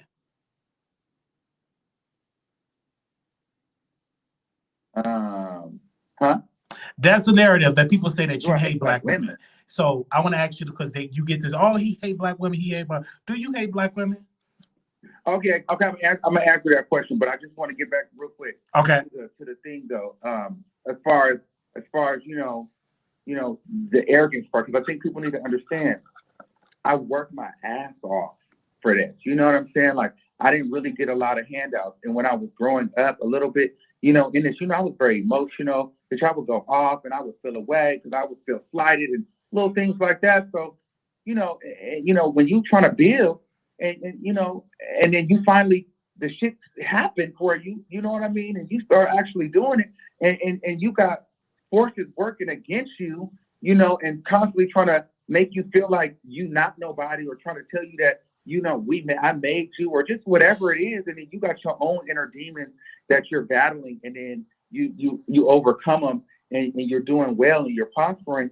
I'm not going to let nobody sit here and take that from me. And I'm not going to downplay myself for anybody, because guess what? I'm a gay Black male. We do not have enough representation. There's representation for everybody else out there, but for us, we have to go ahead and push ourselves to the side to look out for everybody else. And I'm at the point where I'm the example for the little gay Black boy that's mama told him that he can't look at no gay shit on TV. I'm the example for him where he sneak and put his Apple earbuds in his ear and he watched the Armon Wiggins show, becoming inspired. That's who I do this for. So I'm not going to look like a broken spirited, because as a gay Black man, they always teach you not to love yourself, not to be proud of yourself, but always fix yourself. Fix this about you. Go this way. You're not straight in there. There's something wrong with you. So I'm never going to feed into that narrative or downplay myself. I'm a confident, gay, Black, successful, entertaining motherfucker. And any bitch that don't like you can get the fuck, and I can run circles around any bitch in this sector on stage. Period. Literally anybody. Let's go one on live on stage, bitch. I'm bodying everybody. Period. That's just how I roll. You know what I mean? And people don't like that, but I'm not doing it for the people that don't like it. It is what it is. Now, as far as Black women, girl, I don't know. I'm Black. I got 5 Black sisters. That's crazy. But what I'm not gonna do, I'm not gonna be one of those content creators that everything is about Black women. That's not happening. I'm not a Black woman, so everything Black women do is not. It's not God. I'm not agreeing with everything. Like I'm not doing that for no super chat or for a subscription. Like, no, I'm not gonna sit here and do a flame Monroe and shit on gay people to appease Black women. I'm not doing that. Because I don't think that you hate Black. I don't think that you hate Black women. I think that when you say bitch, I think people take that as a term or disrespectful. But in the gay culture, you hear the word bitch or bitch, that word have been just blurred around. Even in hip hop, you have a lot of rappers that say the B word, and they get the love. So I don't think you hate Black women. I know I played into that. I think the Black women issue. I think the Black woman issue came from because of the whole OG thing. Okay. And like I said, people feel some type of way about that, and then they felt some type of way because I said, do Black women have an issue with the Kardashians? And I don't think that women want to admit that, a lot of them have an issue with the Kardashians, and just OG is not attractive to me. And it has nothing to do with her being dark skinned or whatever. She's just not attractive to me. And that doesn't mean that I don't like Black women. My mama and my sisters are Black. I have Black girlfriends. But at the same time, I'm not, my 100% of my content is not going to be geared towards fuck transgender, they're men, fuck these gay men. It's all about Black women issues. Gay people don't have any issues. Black women are the most oppressed. Let's sit here and talk about how Black women are oppressed 24/7. I'm not doing, who wants to talk about that all day? I'm not doing that. So if that means I don't like Black women, then you can have that. But that's crazy. I love Black women. I love my mama. I love my sisters. I love my girlfriends. Black women are some of the biggest supporters of mine. I fuck with them. But what am I supposed to do? Sit up here and pander? Oh, fuck. I'm not going to sit up here and pander like some of these other people that they champion. You know, everybody wants to use the black women card when they need a quick follow or they need a quick buck. You know, everybody knows when to say, you know, how dare they do that to a black woman when they know how to, you know. I hear that, and you know, of course, I have to apologize because I played it today. Everybody knows how to do that. I mean, Tasha did that. She did that shit. She did that with me and Jaguar. Remember, let's talk about it, Wiley. Let's talk about the Jaguar shit. Yes. You broke that story. Yes, I did. And she Jaguar came for me. Yes, she did. In her house. She was watching on TV. She Googled herself. Because I was defending, see, now this is the tea though. Because I was defending Summer Walker. And see, this is the issue that gets me with the whole black women thing, right? You see, I was defending Summer Walker. I didn't disrespect Jaguar Wright. I was just like, girl, why would you go and do that, right? Jaguar Wright comes and starts calling me dick in the booty, all kind of nasty, salacious, you know, flagrant names. I gave her that smoke back. Here's the thing though, those women never really tripped off of the ones that did like me, preferably the ones on your channel. They never cared about the Summer Walker of it all, right? But they cared about the Jaguar, right? It's like they have this affinity for the woman with the short, nappy hair that looks like she has this stressed out fucking life. So it's like, she's the underdog, so we gotta, you know, beat team her. It's like Summer Walker, you know, because she looks like she's a little bit more, I don't know, look like she got a little bit more money. You don't support her. You want to support the stressed out looking Jaguar. But Jaguar is over here saying some ignorant ass shit about this woman. But because Jaguar aesthetically looks the way that she looks, it's easy for you to feel bad for her and this, that, and the third. And so that's what a lot of these women do, and I don't like that shit. So then, and it's like if a woman looks like she's put together, she don't get the support. You know You really believe that? You gotta look like fucking Jaguar, right? And everybody feel bad for you. You know, they do the same thing with Kaya and Trina. Kaya sit here and look dusty, say all kind of nasty things. But then when Bobby Lights come and say, but when Bobby Lights come and say something, then he went too far. You know what I'm saying? But Trina, you know, people don't say nothing about how she talks so nasty about Trina because Trina looks like she's the one on top. That's a bunch of BS. You feel me? And so when it comes to the Jaguar Wright situation, Jaguar was saying all those nasty things. Tasha K doing her little due deal, seeing, ooh, let me jump in, let me get involved in this. She went and started posting, you see what he's doing to a black woman? You see this, you see that? You see, why would he do this? His mom could be a black woman. You know, she got this infatuation of trying to figure out what my mama looked like. You know, which my mom is one of the most sickening women on the planet. I'll stand her next to anybody listening. You feel me? But at the end of the day, I think so that she had this thing against that, and then turn around, and not only did she exploit the black woman, then she played on the mental illness, and then introduced the autistic son. It's like what? But see, when it was into her benefit to help, you know, Storm and, you know, to make it look like, oh my God, Armand, you're losing, and this is why you need to be on the black woman side. Then that they all ran over there, you know, and then that's what Jaguar even said, bitch. I didn't even give the interview. Every time Armand would drag me, I would go to Storm. Listen, Auntie Hammy, she did an interview with King Payne. Let's talk about it. She did an interview with King Payne, and you know what she said? What did she say? She said that her and Tasha K planned the fight because they knew that me, Sean, and all these bloggers, the gay bloggers, King Payne was going to talk about it. So she tried to act like she don't want people talking, but girl, you be doing stuff so you could try to trigger. I didn't fall for it. I wasn't getting into no thing with Auntie Hannah. I wasn't doing none of that. But because I don't really care. But girl, you want us to be out here talking, and you want to push these narratives like these black gay men don't like black men. Like you're just hella divisive. And Auntie Hannah told King Payne that. Like, why would you plan that for the gay men to go and battle and argue with Auntie Ham. Like, what? And laugh. Like, that's so like, why? Why would you do that?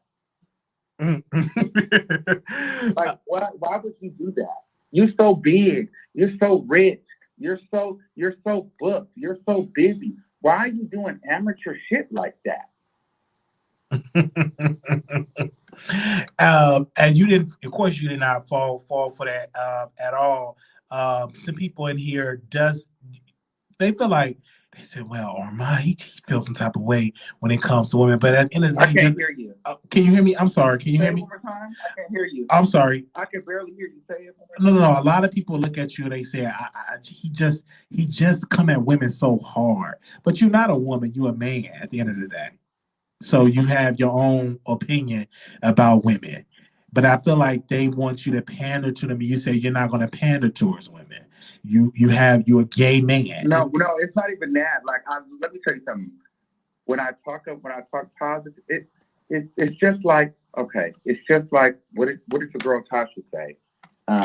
When I said to let Storm know we good, it's no smoke, she almost insinuated that I was in bed thinking about him and I was trying to get to him through her. Like, I just had this infatuation of trying to get to Storm and let him know that, I'm okay, and and I want to be his friend almost. But then she also said that he didn't stoop to my level because all I thrive off is, what was it? Negativity. Drama, basically. Yeah, negativity. So I'm damned if I do, I'm damned if I don't. I'm just at a point right now where I fuck with the black women that know my body, that fuck with me. I'm not really like, I know in your chat, these are the ones that don't like me for the most part. So I don't think about them. I don't think about the women that have made up their mind that they don't like me since 2018. I don't have time for that. Like, girl, if you decided that you don't like me because of one comment that I made about OG and you just decided that you don't like me, girl, I can't stay there. I cannot stay in that space. I have to grow. I have to move forward. And girl, if you decided you don't like me because of that, I'm sorry. But I have to move forward. I'm not gonna stay in that, and you're not gonna hold me there. I'm a person, and I'm allowed to grow, and I'm also allowed to make mistakes. You know what I mean? So there's just some people that are going to just not like me because at the end of the day, let's be very clear. I have to be the villain in somebody's story. Yeah, we all do. Because you do have black women that most of your supporters are black women. You do have black women that support you, that understand your vibe, that rock with you. Most of your callers are black women. Yeah.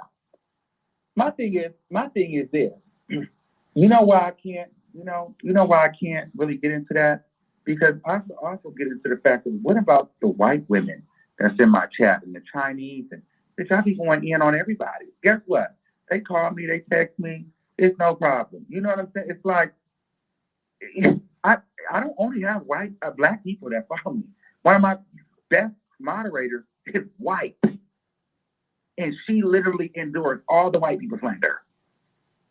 And keeps it pushing. Yeah, that's a good thing. That's a good thing that you have that support. I know people in here say he don't apologize when you do wrong. Is that a thing with you? You don't apologize when you do wrong? Do I apologize?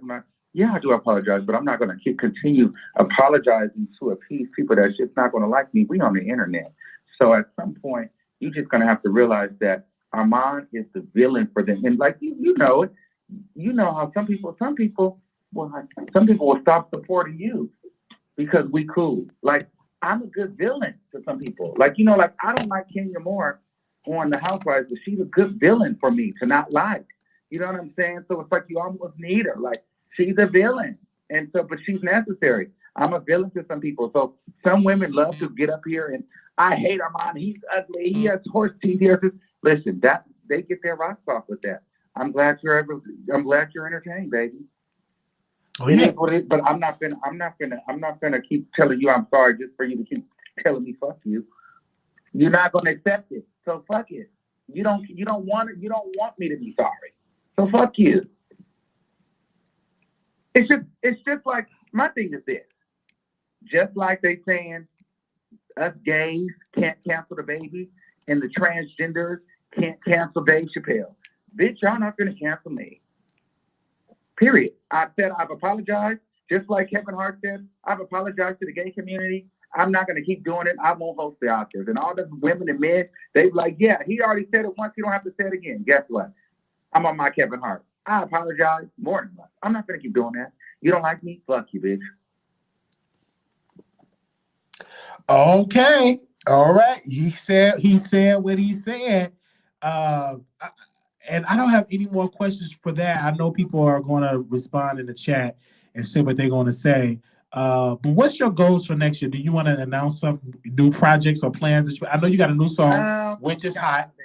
We dropping music. Your new song. We're probably going to be doing some relocating. Yes. The set's going to get different. Okay. Maybe listen, the work doesn't stop. Yeah. Okay, the Armon Wiggins show is running, and we're going to continue to be a problem. Bitch, you know what I'm saying? We're going to continue to manifest blessings and continue to be in spaces. And there's a lot of things that is coming in 2022. I'm really excited about. And yeah, like I'm talking to different people. And here's one thing that I will say, and I just would like to leave on this, it is okay to right your wrongs with individuals. It is okay to say, hey, I was wrong here. And it's okay for the other person to say, I was wrong here. And it's okay to move forward. But I wanted to be very clear. A lot of people won't be able to do that because of their own insecurity. So, like I said, I wanted to make it very clear. And from my own mouth, because I don't like when people I do not have a problem with Storm Monroe. Bitch, me and Storm Monroe can come to LA. Bitch, we can have lunch, girl. We can get into some things, baby. I'm not going to, because when I heard her, I'm like, she's afraid. She's afraid that bitch, she could feel like she's on the out. I'm not going to take your friend from you, girl. You don't have to try to paint this picture and try to have him not admit that, he was wrong. But the problem is that's the insecurity of hers that, wait a minute, people can be cool? Yeah, girl. And like he said, he read the text. My problem is with her, and it's not even really with her, like to a degree where I'm over here hating her at night. But what I'm saying is I don't respect her because of the way that she lies. But I definitely don't have a problem with Storm. It's no beef, but I definitely wasn't in my bed jerking off to the thought of having a conversation with him. Okay, so I just want that to be clear. And Wiley, I can come on here and get into some things. I can't wait till next year. I think because you're already doing great where you at right now. Just imagine where you're going to be when you move to a different location.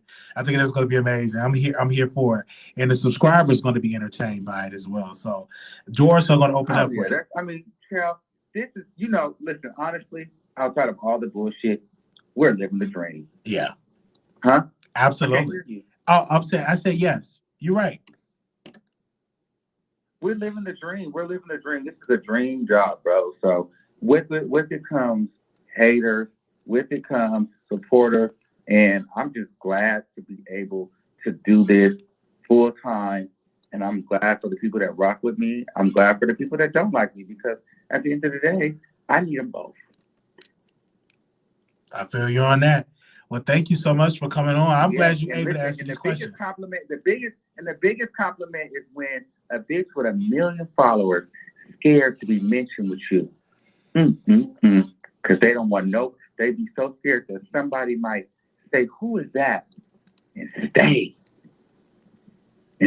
That's the problem. They might say, who is that person? Go find that content and go see that personality and fuck around and subscribe. That's the team.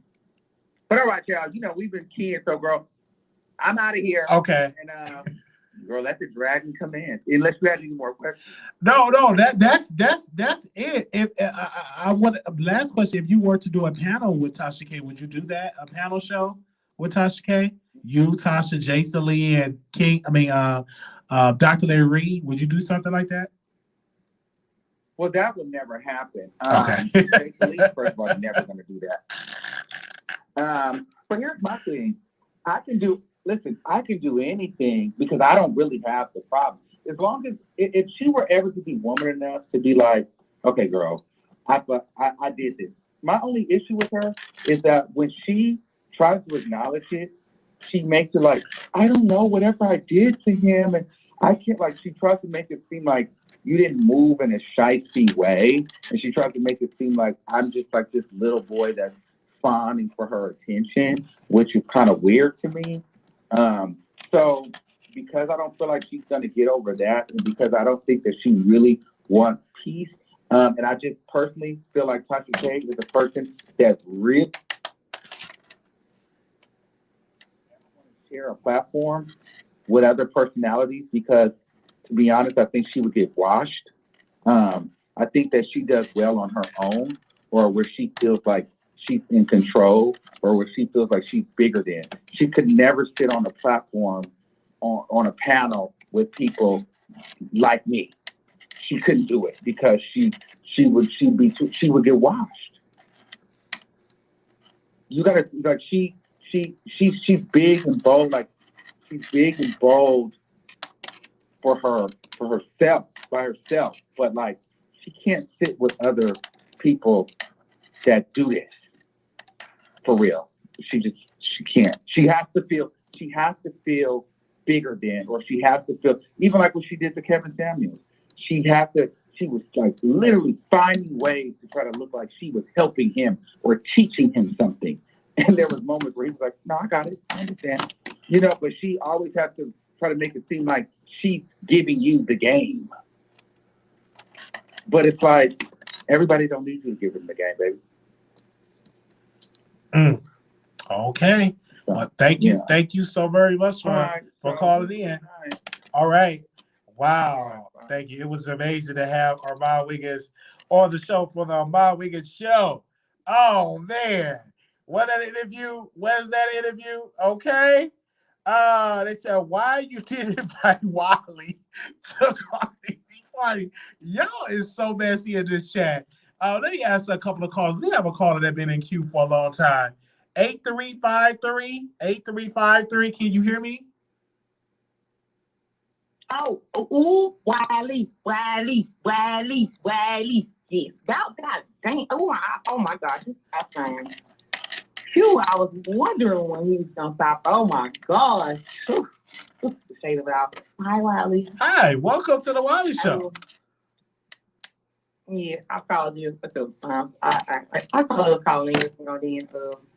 I just want to call in and comment on the whole situation in its entirety. Okay, go ahead. From Tasha to Armon to Storm, because I mean I'm a big YouTube supporter, especially my Black content creators. You know what I'm saying? Hence why I follow you and watch you. You know. Now, I mean, a person like me, I don't idolize anybody. I don't care who you are. I don't idolize one person. I mean, but the Lord, okay. But I mean, I'm a huge supporter, you know what I'm saying, especially in my community. I love, you know what I'm saying, my people. But one thing about Tasha K is, you know what I'm saying, people don't like, Tasha K is, I mean, she can be extra. But if you have noticed about Tasha K is when people started noticing that those receipts that she was supposed to be posting and those videos like that she was supposed to have, you know what I'm saying, they was not popping up, and people started calling her on that. Tasha K started getting more exclusive. She started getting, you know what I'm saying, more details. And she started, you know, of course, it's some things we still never heard about that she's supposed to have, which, you know, is what it is. But Armon should wish that she is, you had to love it. Tasha K is one of the Wino gang. I mean, seriously, okay, we can't even, you know, like the Wino gang got her like up there, you know what I'm saying? But it's not something that happened overnight. And Armon should only hope that he could get that far ahead where she is, you know what I'm saying? Like as far as views, as far as like, you know what I'm saying? Like this woman got a whole other TV show, like she got a whole show on a whole own website and stuff now, you know. I hated her or love it. Tasha K has grown. She has evolved, you know what I'm saying? Like seriously. She got people working for her and all types of stuff. I mean, so you would say, you know, as far as like Storm, Monroe, you know what I'm saying? I mean, there's nothing wrong with having a mentor. I mean, seriously. If you want to be like Bill Gates or Jeff Bezos, you know what I'm saying? Like, I mean, of course, like, yeah, of course, when you listen to them, Warren Buffett, I mean, these are men that are some of the richest men in the world. So, I mean, if you want to be a power, you know what I'm saying? If you want to be a good creator, content creator, why wouldn't you listen to Tasha K? I mean, and branch off on your own. Like, there's nothing wrong with it. I mean, you know what I'm saying? Like, but I watch everybody, and I don't agree with everything everybody say. But with Armon is, you know what I'm saying? My thing with him is, you know what I'm saying? I don't like catty. You know what I'm saying? I don't like petty people. And what does that mean? What does that mean? And when you did your, you know what I'm saying, things about, you know what I'm saying, about Nicki Minaj, you know what I'm saying? There was, you know, we understood that, you know what I'm saying, because we saying, like you saying, you know what I'm saying, some things are just good marketing stuff. Good job, smart. Okay. But your content is just not solely on that. It's very informative, and you read everybody. You know what I'm saying? You're diverse. But the on and on and on and on and on and on and direct. All right, come on now, seriously. Find you something else to talk about. I mean, you know what I'm saying? You don't have to make with your content like negative about a person just to gaslight another person. Like, I mean, say what you want. I mean, the catalog, you know, like you can't. I mean, you can say what you want.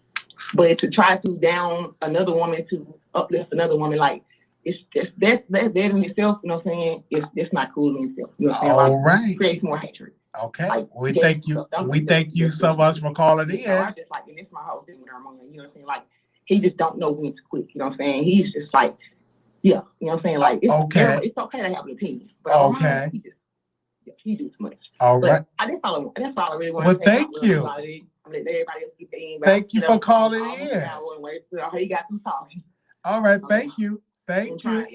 He was like, you ever heard about white person say, thank you. Because I got black friends. Like, one of those type of situations. Like, yeah. All right. Thank you. All right. Thank you. Bruh, like, seriously. Thank you. Thank you for calling in. Thank you. You have like get your mommy your sister. Okay. Thank you so much for calling in. Thank you. No. Okay. Bye-bye. Apples and oranges, but bye-bye. No, and I don't care if he like. Thank you. It's just certain things. Thank you for calling. Thank you for calling in. I follow him, and I mean, my notifications, and he sister about a certain thing. Sister, it catch my interest. I would watch that video. Sister. Am I gonna watch him be catty and you know what I'm saying and messy and gaslight? Like, am I gonna sit there like that's not what I do? Hello, can you hear me? I like tea. Hello, can you hear me? No. All right. Extra stuff. No. Okay. Well, thank you. They don't pay you. You know what I'm saying? Like, sister, thank you for calling in. All right, thank you. Okay. No. All right, bye-bye. Okay. That's why I do the same with. Okay, Lord.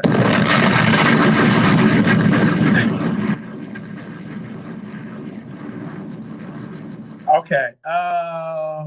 4072. Can you hear me? Okay. Hello. 4072. Hello. Hello. Hi. Welcome to the Wiley Show. Hello. Hi. 072. Yeah, hello. I cannot hear you. Oh, they can't hear me. That's what she could. Hold on 1 second. Hello. Hold on 1 second. Let me reboot it. Because that's what the lady kept talking. Hold on 1 second. Let me do this. So it's my internet, y'all. I got to get this direct connect together.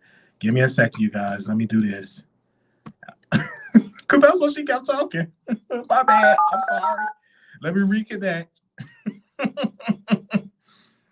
And we're having direct connect tomorrow too, so it'll be better. Your show now, press 1.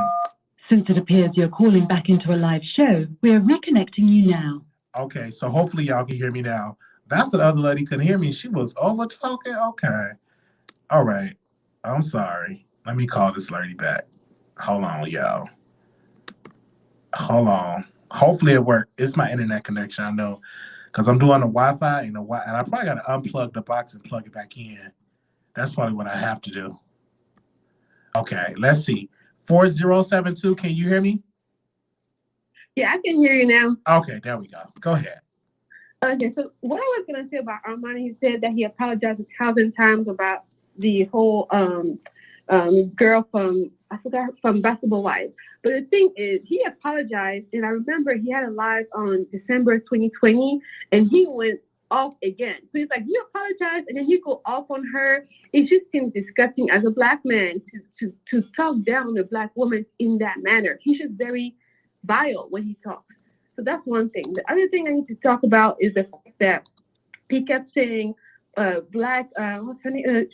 Cash Doll. He was like, Cash Doll would never happen. Cash Doll would never happen. All you got to tell us that she would never happen, she'll do your commentary. But he's just very condescending to dark-skinned Black women, he has a deep-rooted issue. He needs to go see a therapist because of that. Because it's just disgusting how he goes off on Black women, especially dark-skinned Black women. So that's what I have to say about him. Wow. So you think that? I don't think that he have an issue with dark-skinned Black women.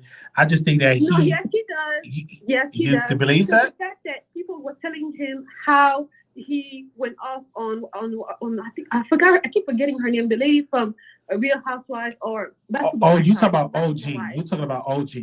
From OG, yeah. So at first it was the whole OG thing. Like he was just vile. It's not about his opinion. He doesn't have to think that she's attractive, but the way he was speaking about her was very vile. Almost like he's a white person talking about a Black person, like a racist. He sounded like a racist man. I remember that. I even remember commenting on one of his pictures because of how, writing a whole paragraph on how he was so condescending on another Black woman. At the end of the day, we're Black.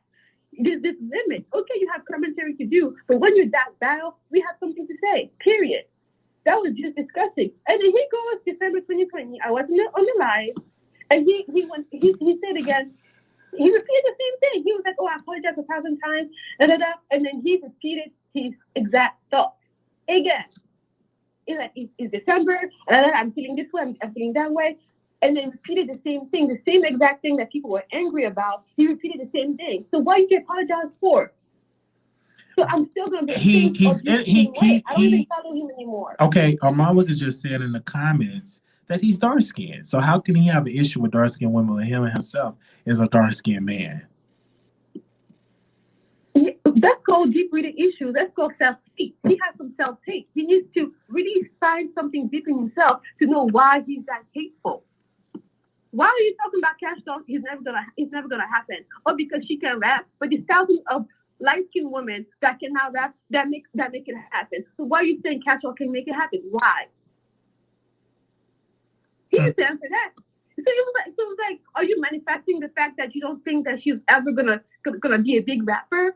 But all you got to say this, and he would laugh after it. So to me, he's disgusting. He don't like Black women. He can lie all he wants. But the way he's very condescending and very vile and disgusting when he talks about Black dark-skinned women tells me everything I need to know about him. I can't even watch him anymore because he disgusts me. He's just disgusting to me. All right. Well, we thank you so very much for giving your opinion and calling in, sister. Thank you. All right. Thank you. Okay. Oh, wow. She's really hurt about OG. But he apologized for that. 9201, caller, you're on the air. Yikes, she's not even Black. Her English is not even together. She sounds like Jocelyn. Calm down. It's not even that serious. Like, OG is not attractive, but that's not even why I called them. Tasha K be lying, and I don't know why everybody stay on this I hate Armon train. Like, that stuff is weird. Like, we need to try to leave that alone, because all these people, they secretly be watching Armon, and you can tell that they be watching Armon because they always know what Armon is talking about, what he's saying, what he's doing, how he acting. Like, it's given very much obsessive. Like, so we have to just relax with that. But I'm calling in because I want to know, when are you going to do a review on Chasing Dollars? Okay, we're going to do the Chasing Dollars review on Monday because I got some update information. You know I got to be turned up. I'm doing both episodes tomorrow, and we're going to do Jess Lauren. So that's going to come tomorrow because I'm off. So I got to rewatch the last episode, and I'm going to do it tomorrow. And I already know I got an email from one of the cast members. They said if they see me in the club, they're going to beat me up. So if I get beat up, that's on y'all because I'm covered. They don't like it, okay? They don't like me covering that show. Wait, and one more thing about the Cash Doll. She really cannot rap. Like, it's not that she's an amazing actress, though. She's an amazing actress. Really, she's a good actress, though. Okay. I'll be watching her in BMS. Yeah. She's really good in that. But she's not a good She rapper. did another song. It just came out. It was hot. You didn't like the other song? She came out. I forgot the name. I used to play it a lot on Station Head. I'm not gonna lie. The only thing I know that Cash Doll ever did was the Ice Me Out. And those are the only words that I know from it. And that's from TikTok. So, like, seriously, she's not like, I mean, I remember Armon tried to play one of her songs before so we could listen to it or something, like a little clip or something. She just not, I don't really like no basic rapper like that. You see what I'm saying? Like, I don't really like the nursery rhymes. You know what I'm saying? Like, I don't like it. And I just feel like she's better as a dancer and she's better, you know, at acting. She's really a good actress because she does well in this series. So I hope she sticks to that and does more of that. But the lady was so mad, like, why does he say it? Because she's dark and like, she's not good. So that's all. I'm about to just sit back and listen to all these other people get ready calling and hate. All right. We thank you so very much for you calling in and giving your opinion. Okay. Wow. All right. I think we got one more calling in queue. And if you're calling in, the number is 646-716-8447. We got about 5 minutes left. And if you want to call in, this is your time. 8303, calling you on air. Hello. Hi, welcome to the Wiley Show. Hey, thank you. I just wanted to say, in regards to Armon, I listen to him regularly. I've been listening to you here for a little bit, but Armon specializes in female rap. He's a critic of female rap. Okay, first. All the other gossip stuff or whatever he may comment on or whatnot, and he is unbiased, I believe. And as for Castall, I mean, she is good. And Armon has said, yes, she's not going to happen because she was rapping and operating out of her element. But she did find her lane. And that's when he did say that. He backed that up to say that, you know, okay, she had a song on TikTok and it was good. And that's more of her lane. But as for mainstream and what she and competing with the other female artists, rappers that were out there, no, she wasn't gonna happen, and she didn't. So he was right. And as for Black women, I am a Black woman. I listen to Armon, and he doesn't just y'all take one statement or one segment of a show and take it out of context. Well, he talks about his own people and tells the truth about his own people too. The LGBTQ community when they wrong or when they ain't doing something right or whatever, you know? I mean, I listen to Armon because he is the critical thinker, okay? And I am as well. You know, a lot of people don't agree with things I say, but I try to take away the person. I know how to separate the behavior from the person. And that I know and I believe that Armon does. And that's why I continue to listen to him. As for Tasha K, I do watch her. She's highly entertaining, but she elaborates and she do be stretching the truth. Okay.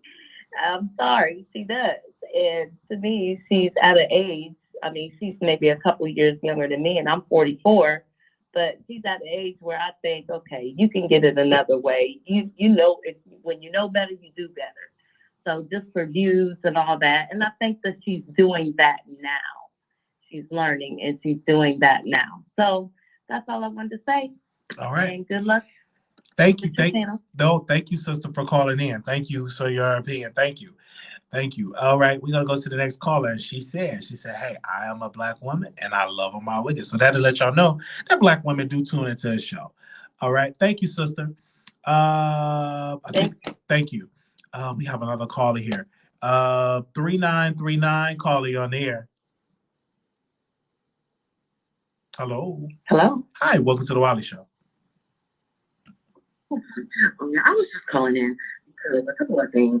At first I had a love-hate relationship with Armon, and so I would listen to him sometimes and I would quit, and I would go back and listen again and quit because the same issue kept coming up. He does have a hatred for Black women. I think he's jealous of them. I think he's in competition with them in his own mind. I think he's one of those gay people that look like gay men or what's best for Black men. He's jealous because Black women get to be with black men in the open without any type of ostracism, publicly or privately. So I think that's the deepest root of his hatred for black women.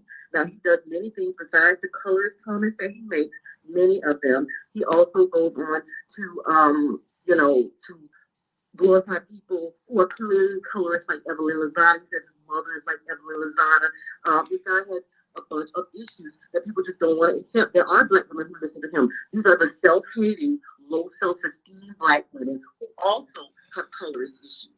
He's dark skinned and he has self-hatred issues. That's why he has issues with black women. And certain things that he does, like Armon used to never say fish. He did not call black women fish. I understand that's a part of the community, but you know that it's offensive to black women. And ever since that whole debacle broke off about fish, Armon don't miss a chance to call black women fish because he got an attitude with a black woman. He never do that before, but now that he know they don't like it, he's come with it. Okay, he's jealous of Tasha because Tasha's a black woman. That's probably why she wouldn't promote you.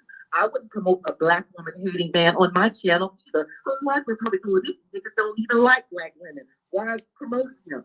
That's probably why she was really shady. You butt her because she stole it from years ago and you ain't never got over it. Okay, so Armon ain't about nothing. He don't have no good spirit. Storm don't never need to go nowhere near him. Storm has more talent, and Storm is smarter than him. Storm is smart enough not to bite the hand that feeds him. Armon was not. That's why Storm is going farther than him. That's why Storm will always go farther than him. You will never get ahead hating black women. They are too much of a force in the industry for you to get ahead hating black women. Can I interject? Can I interject? Is a black woman that was. You think he's logically not all that logical? Okay, can I say this? Can I interject? Self-hating.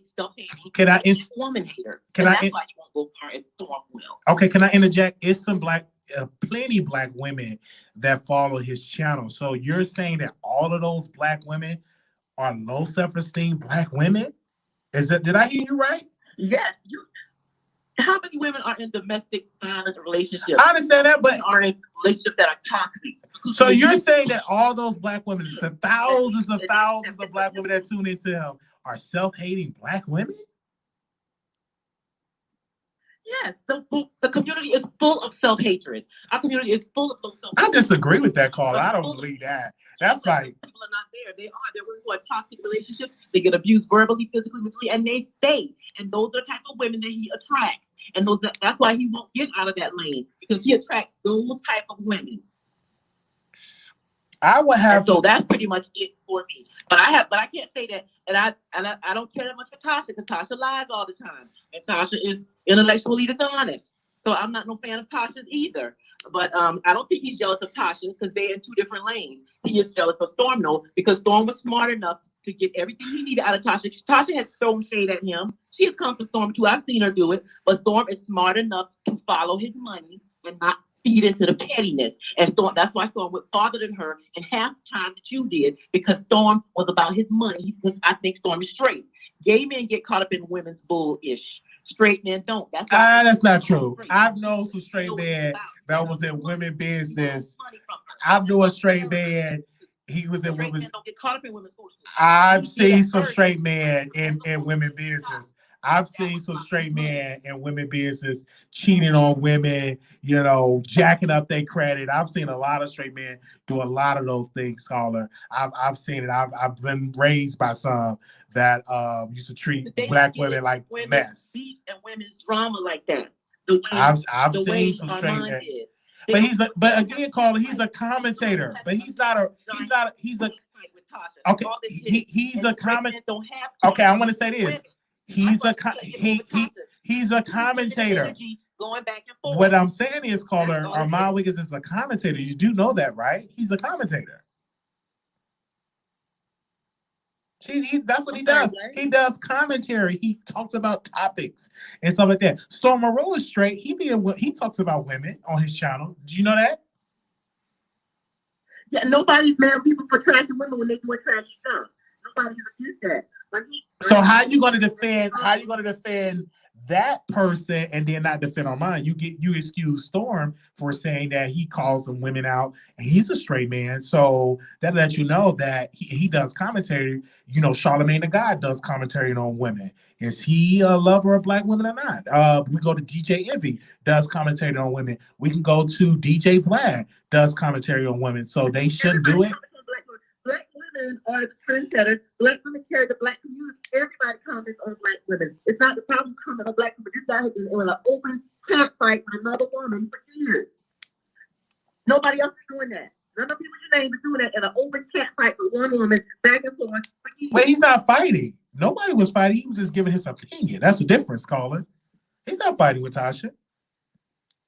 There, he just gave an opinion about what happened with the relationship, and he should have that right as a man to be able to give his opinion. And Tasha, the biggest thing between them is that they both are egomaniacs. Tasha is a egomaniac, and so is Armon. And their two egos clash. That's the biggest real problem between them. But the rest of it is just a blown up cat fight that he can't let go because there's too much feminine energy back and forth between them. But, my thing is that, he is his own self-hatred that he projects onto black women, and that is his biggest problem. He's never going to go much farther than what he is right now because of that. He can say that he don't want to pander all he wants to, but he got an audience that's a strong, powerful force. They're a strong, sending force in this community, and you can't diss them and crap on them and think you're going to go very far because you're not. It ain't happening for you yet, and you can keep doing it your way. That's fine. That's your show. You can do it your way all day, every day, but you're going to get what you want until you face the facts. All right. All right. We thank you so very much for calling in, sister. Thank you, and y'all have a good evening. All right, you too.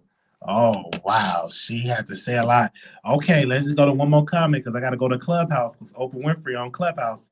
So we're going to take these last two callers, and then I'm going to go on Clubhouse. 9201, caller, you on air.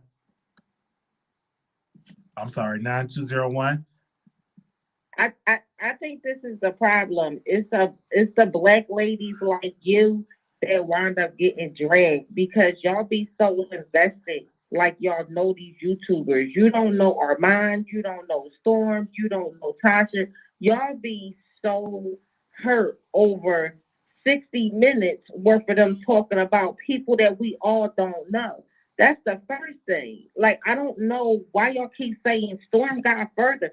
The furthest that Storm has gotten is a YouTube video.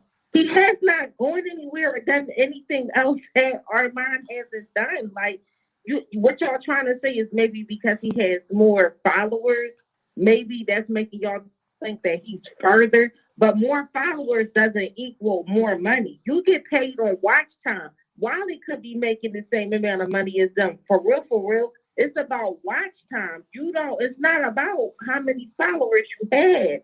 Y'all got to calm down, and I feel like as listeners and watchers of all these different YouTubers, we all need to normalize that we don't know none of them. Like, we should never raise our voice and be so hate and be like, oh, he self-hates and this, that, and the other. You see Armon maybe 2-3 times a week, maybe 4, I don't know. A total of 3 hours out the week, and you feel like you can say his whole personality and what's going on. I don't think him or Tasha is really holding on to the situation. She interviewed Storm, and it came back up. And then Wiley, brought it up as a topic tonight. So it's not like feminine energy going back and forth. Like, y'all got to calm down. Like, some of y'all get dragged because y'all need to get dragged. Y'all are very problematic. Look at how hype you just were, ma'am. Like, that's ridiculous to be that hype over a YouTuber you have never met. Like, you all over the place. You said, I don't watch him, but then you saying how he acts. You said, I don't watch Tasha either, but then you saying that Tasha threw shade at Storm. Ma'am, you need to take some time, get some rest. Like, go to sleep. It's a little late. This is a late show. Just relax, like, and chill out. You don't know these people. All right. Thank you. All right. Thank you, sis. Okay. Thank you. Thank you so much for calling in. Okay. Here we go. All right. You back on, Ahmad. Can you hear me? I don't know if you can hear me or not. Whitey? Hello? What did you conjure? Okay, can you tell these people that think that I'm just... Can I ask you a question? Go ahead. Why is it when you bring up a topic and mind you, how is it that only content I cover on Tasha K is the nationwide case between her and Cardi B. And however, when this woman goes on interviews with Larry Reid, she brings me up. She brings me up on the Batty Twins interview. I didn't go and review this on my channel. Then she went and talked about me on Clubhouse. Then she went and talked about me in her Storm Monroe interview. And somehow I'm obsessed with her. Why do people keep making this like I just decided to bring her up today? That to me, Wiley. I think because she's a woman. At the end of the day, you can play that woman card at any time. You know what I mean? That Tasha K is a black woman. You're breaking up. Oh, I'm breaking up. Okay, what? You ain't gonna be able to hear me. I was saying it's because Tasha K is a black woman, and she's gonna always have the upper hand because she's a black woman. It's just that simple. Yeah, because I'm like, this whole thing turned into like somehow I'm jealous of her and Storm, and it's like they were talking about me. Yeah. In an interview. And so that'd be the part that it's like I can't win for losing because people already have it made up in their mind. It's like, nigga, y'all subscribe to the app. She brought me up. I didn't go do no interview about her. You remember, I don't know if you guys seen the Jason Lee when first time I went on there, or anytime I go with Jason Lee. Even when he throws shots at Storm or Tasha K, what do? I act like I don't know them. You know why? Because I'm never, and I want you to hear me on this, I'm never going to go on a platform that's about me or that's bigger than me or in a situation like that and make my interview or my moment about one of them, especially at Tasha K. I would never go on Jason Lee. I don't care. He can talk shit about her all day long. Guess what? I don't know her. This is about me. I'm not about to talk about her. I would never go on any main platform that is a look for me and be addressing beef that I got with another bitch. Because it's not about them. I don't do that. You've never. I went and sat with Larry Reid. I'm not going to go talk about that. I'm not going to do that. Why would I do that? It's not about them. I have more to discuss than shade from them. But these people, when they do the interviews, they bring me up. And that's what gets clipped in the front of the video. You watched that Batty Twins interview? Did I go live? No, you didn't. Why don't people ever talk about that? Did I go live and drag the Batty Twins and drag Tasha K when they used that to promote the interview, Wiley? No, you didn't. You didn't go live after that. No. I know I went live and talked about it, but yeah. Mm-hmm. Exactly. So these are the pieces of the puzzle that people act like they don't want to see because they have so much hatred in their heart for me. It's just like, and it's so crazy that, when we get to this black women conversation, I said Castro will never happen, but I said that she's one of the most beautiful black women on the planet. But they never hear that. They never hear when I just sit there and drug Nikita Dragon for Phil for saying that transgenders look better than black women.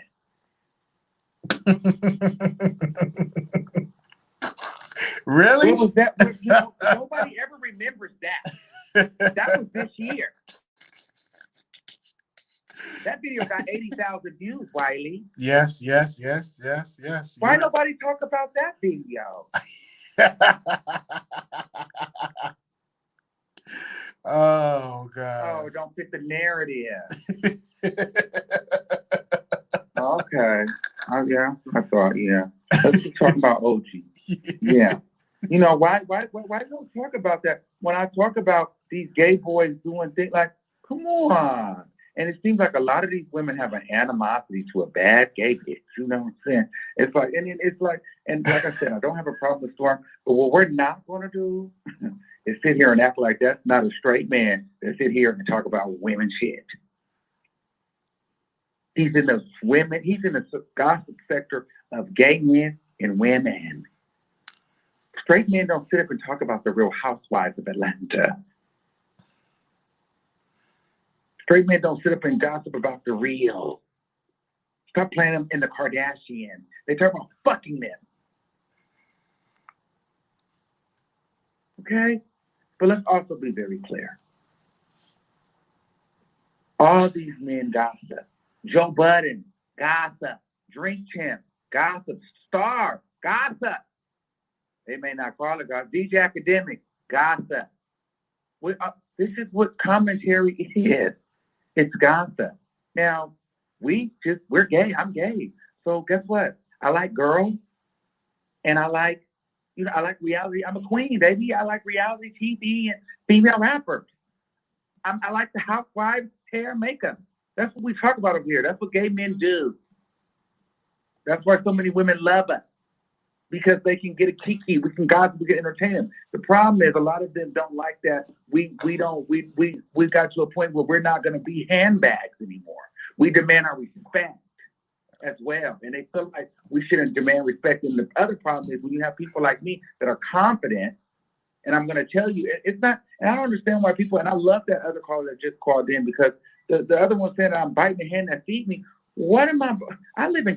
Let's say this. Be very clear. I live in a 3-bedroom house in California, and I drive a Mercedes Benz in California. Let that sink in. I don't live in Atlanta, baby. Okay? I live in California, baby. It's very expensive in California. You don't know what that means? And I'm a full-time YouTuber. I don't give a fuck who got what. All my shit working, this motherfucker. Let that sink in. But when I was at Cardi B party, I had on fresh Balenciaga. Let that sink in. I'm not worried about what no girl is doing like that. I'm not worried about nobody else's bag, baby. Let that sink in. Wherever you hear my voice, Armon is clocking in a coin. Be very clear on that. I'm not worried about nobody else's coin. So you telling me, oh, this person went here and they got this? Okay. Like I said, I'm not worried about going because the things for me, baby, I was at that party. I never thought I would be sitting that close to Cardi B and shaking hands with Offset and meeting people from the Zeus Network and taking pictures and keying and telling Tiana Taylor that to keep going and, in the section with 7th Streeter while Ella May is sitting there dancing and 7 is smoking a blunt. Bitch, that was dope. You think I'm worried about Tasha K? Oh, come on, y'all gotta stop playing with yourselves. Stop playing with yourselves. Ain't nobody worried about them. Y'all gotta get real here. Okay? So I know why you gotta go, but I just want we gotta put in perspective. What about the Nikita Dragon video? Where are the black women there? Didn't y'all see that video? Nobody's seen that video, Wiley.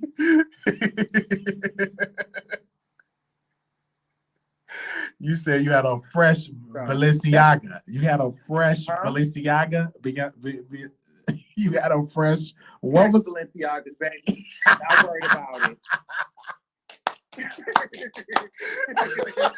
That was the first time I wore those. Yes. Okay. Yes, absolutely. Fresh. Just cracked the box open for that trip, baby.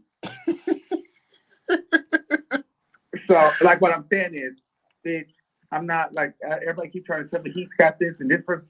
What does that mean? I'm not in the South. I'm in California, baby. Trust me. Your money don't go as far here, so you got to really be doing well. That's true. Okay? Ooh. Money goes further in the South. Leave me alone. Thank you. All right. And I'm surviving on my motherfucking own. So I'm good. Y'all don't need to worry about what I got going on, bitch. Thank you. Oh, wow. Okay. But anyway, okay, White. Okay, I'm done fucking with y'all. Okay. But I'm just saying, listen, Kevin Samuels. Kevin Samuels is a freaking millionaire. Talks about women. Like, everybody's out there. So I just don't understand. Where's this animosity? Wiley, I need you to help me. Where is the animosity coming from? Or are they just not going to like me? What do you think? I think they just, some gonna like you, some gonna hate you. That's just the reality. Yeah. This Hey. one lady, she had a date. She said December 2020 something had went down. Oh, okay. I was shocked. Yeah, she even had a date. So these girls, a lot of the, and the one woman that with the Tourette's that wouldn't shut the fuck up, it was like, damn, she hated me so much she would have talked the whole 2 hours. It's like, girl, and then one person hates me so bad, they didn't even know what I'm doing on Station Head. How the fuck you hate me and bitch you on Station Head? Oh God. Oh my God. Oh no.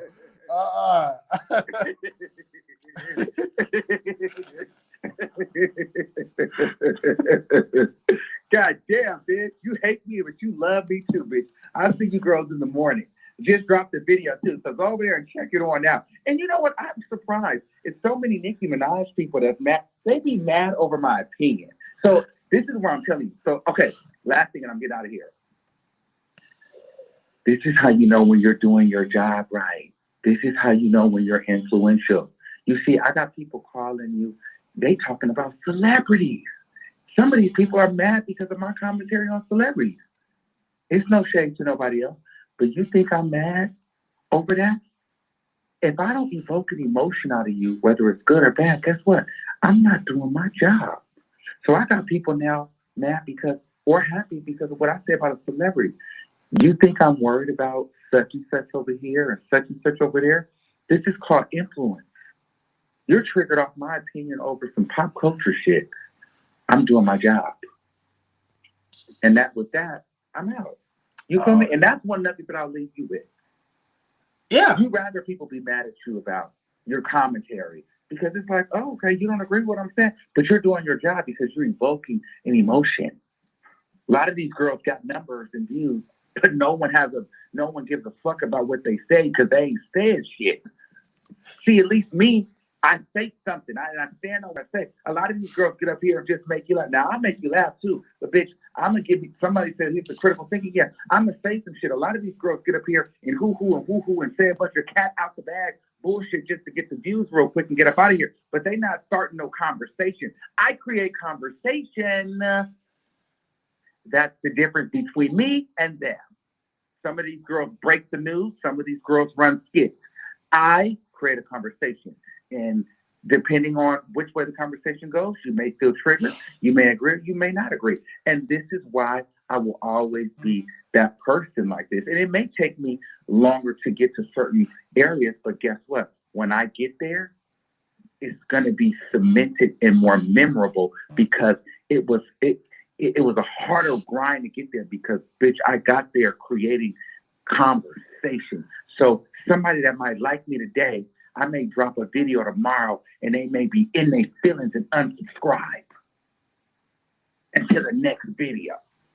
If I was just up here, just saying a bunch of fluffy bullshit, I'd probably get the views. But girl, there's no influence.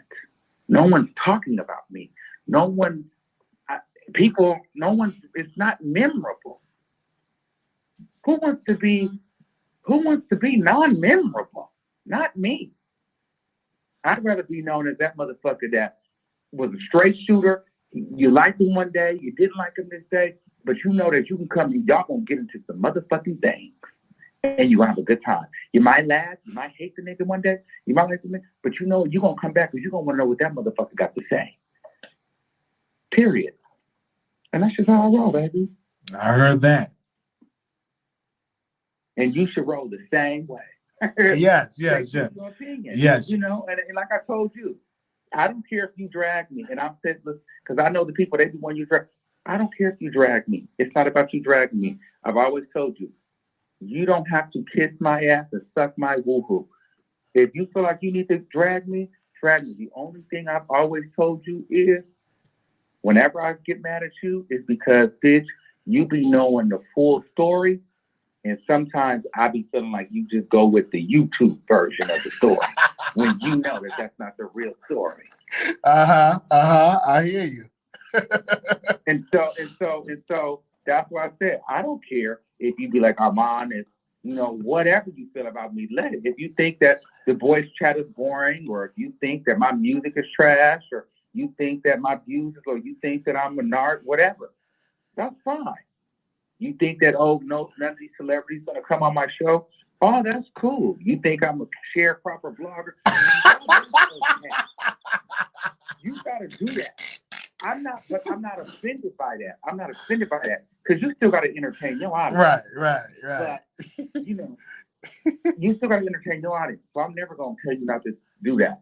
But it's just, bitch, when they be trying to say all this weird shit, it's like, no, nigga, Armon, we was back in the Gap creating motherfucking logos and shit 5 years ago, nigga. Yeah. So these people, they just getting introduced. They don't know when you was over there with the fuck. The Vaseline. Yeah. Yes. Okay. I remember that. They don't know when I was over there. It's going viral and breaking stories. And you end up bringing up this one story that I forgot about when I interviewed the man from Post Nightclub. Post Nightclub. That was a legendary interview. It was. That was huge. Mm-hmm. Or when the boyfriend murdered his boyfriend because he walked in on his nigga cheating. Yeah. Nigga, I've been doing that shit. Or when the gay boy went and punched Whitefish in the back of the head and knocked her out in the 7-Eleven. And then he went to jail. Mm-hmm. Let's be very clear. I remember that. T got a video on her channel. Lovely T got a video on my channel and Tommy Sotomayor got videos on my channel that they took from me from breaking the Bobby Valentino story. Yeah. I go way back. Be very clear on that. Mm-hmm. Yeah. Before I even knew we go so far back. It was when Jacob Kohiner. Yes. Was taking my videos off and monetizing on his YouTube channel. Come on. Oh, you know yes. that, Wiley. Yes, I know. Yes, you're right. That was before the transition. That was before the transit. That's why she stayed out the way. Because remember, that was a whole nother thing. Oh, yeah. That woman used to have me come over there, and do all kind of creative direction and interviews and all that, and bitch wouldn't even give me a glass of water. And who knew that she was getting paid? You didn't know that. Mind you, I didn't know that she was getting paid on YouTube. Remember, we didn't even know with YouTube how did the shit work. And I'm doing ride along car. I'm doing web series and the whole. That's why everybody like, you gonna do a web series? Bitch, I've been there, done that. You did that already. Yes. That was when me and you first met. Yes. You interviewed me about the web series. About the web series, yeah. My Shady Rainbow or something like that. Because remember, even they was playing in my face then, trying to make me look like I was the member, like the broke blogger that's never gonna happen. Remember? Yes. You know. I remember that. That's what I'm saying. So that's why when you carry on that bullshit and you act like, oh yeah, Tasha K. Bullshit. That's why. Right. When you go, because you know she's good for that. Oh, I knew him since 2016, and he had 33 subscribers. It's like, girl, huh? Why do you just? And she just be adding all kind of time to it. You be like, girl, what? I bet you wasn't even on the internet in 2017. Like, girl, why you out here lying like this? And these women, they just be so mad at me, so they just go with it. It's like, girl, why are you doing this? And the Kaya piece. I really like Kaya. I think she was entertaining. I just felt like Kaya she could have just said something. You know what I'm saying? Like, she could have just said something. And I felt like I wasn't even dragging Kaya. I said nothing malicious about Kaya. But it just goes to show you where. Oh, and I want to say this too. Since we're talking about Kaya Madison, I got to say this, and then I'm really done. I'm never jealous of Tasha K. I'm not jealous of Monroe. You know who I look up to? I look up to T.S. Madison. Be very clear. I want everybody to understand that. Tasha K is nothing that I aspire to be. T.S. Madison is everything that I aspire to be. T.S. Madison is who I wrote down on my vision board in 2015. It wasn't a Tasha K. And my chalkboard vision board, it was T.S. Madison. And to this day, T.S. Madison's doing her motherfucking thing. I'm dragged to T.S. Madison has had a reality TV show. T.S. Madison is a Universal Picture film. T.S. Madison has a Netflix fucking movie coming out with fucking Gabrielle Union. T.S. Madison was on the Breakfast Club. Bitch, Tasha K could never. That is not the trajectory that I'm looking at. T.S. Madison, winning. Kevin Samuels, idiot. Those are people that I'm looking at. Kevin Samuels is a man well put together, well spoken. T.S. Madison is a part of the LGBTQ community, and she started as a blogger with the Queen Supreme Court, fell out with Kaya, and maneuvered her motherfucking way into fucking Hollywood. That's who I'm looking at. Tasha K is low level shit. Be very clear. Be very clear. T.S. Madison really is eating the girls up. Be very clear. So y'all think it's small mind, bitch. I'm looking at the big picture. I'm not worried about Tasha K. That's small money. T.S. Madison is in big shit. So that's who I look up to. And as far as the Kaya situation, I thought Kaya was smarter than that. Where is Kaya now? I mean, honestly, where is Kaya? I think she's opened up a lounge. The best thing she had going for her was people. The best thing she had going for her was people reacting and reporting on her content. It was keeping her alive. Where the fuck is she now? Yeah, I don't know either. I thought she was opening up a business. I heard. Yeah, exactly. So I'm not worried. People talking about you were stealing from Kaya. She should have kept a nigga stealing. At least we would have seen her. At least we would have sent people over there. Oh, gosh. So, yeah. It is what it is. All right. So, we have to come and wake that up, Wiley. Okay. Yeah, child. I want to know, what about the Nikita Dragon? Oh, and tell Flame Monroe, while I'm at it, Flame Monroe. Girl, I knew Flame. You see how Flame Monroe was being phony like that? She went and lied and acted like she didn't know me. Girl, you was all in my DM from 2016. Girl, what's the tea, Flame? You was mad. Flame Monroe, I don't understand how these women, men, however she want to be addressed, you can sit up here and get misgendered everywhere in the universe, in the country. You go against your community just to hopefully get, in these spaces with these straight people. So you'll let these people misgender the shit out of you. And then you mad at me because I did a reaction to a comedy thing. And people think that, oh, I did that because it was unwarranted. See, this time though, a lot of this sector of YouTube doesn't really understand YouTube. And a lot of these people are either hella old or just miserable, because this is the only sector where I feel like people don't understand content creators and the culture of YouTube. And I say that to say, like, this is the only sector where a bitch can't do a house tour because somebody's watching your money, or a bitch can't, show they be happy about their car because a bitch gonna feel like they're not gonna super chat you no more. Or a person can't go and dig up videos and react to it without somebody thinking that it's beef. If you look up reactors go and find interesting shit that they think is funny, or people send them shit. It can be old videos, new videos. It's original content, and they'll react to it. They're presenting something new. A lot of times when you react to something, it's not always something that just happened today. So when I seen that video, I had seen that video a long time ago, but people have been requesting reaction videos. So I did 3 videos that day. And I thought that would be a funny video to react to. It wasn't anything malicious to it. It was, oh girl, this is some good reaction content. People may have not seen it. This is different.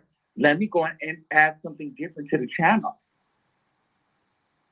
I did a whole reaction about these men that are married to women, but they're attracted to men. That video was old. But I'm a content creator. I don't wait for motherfuckers to do something and copy them. Bitch, I am the standard. Bitch, I will figure it out on my fucking own.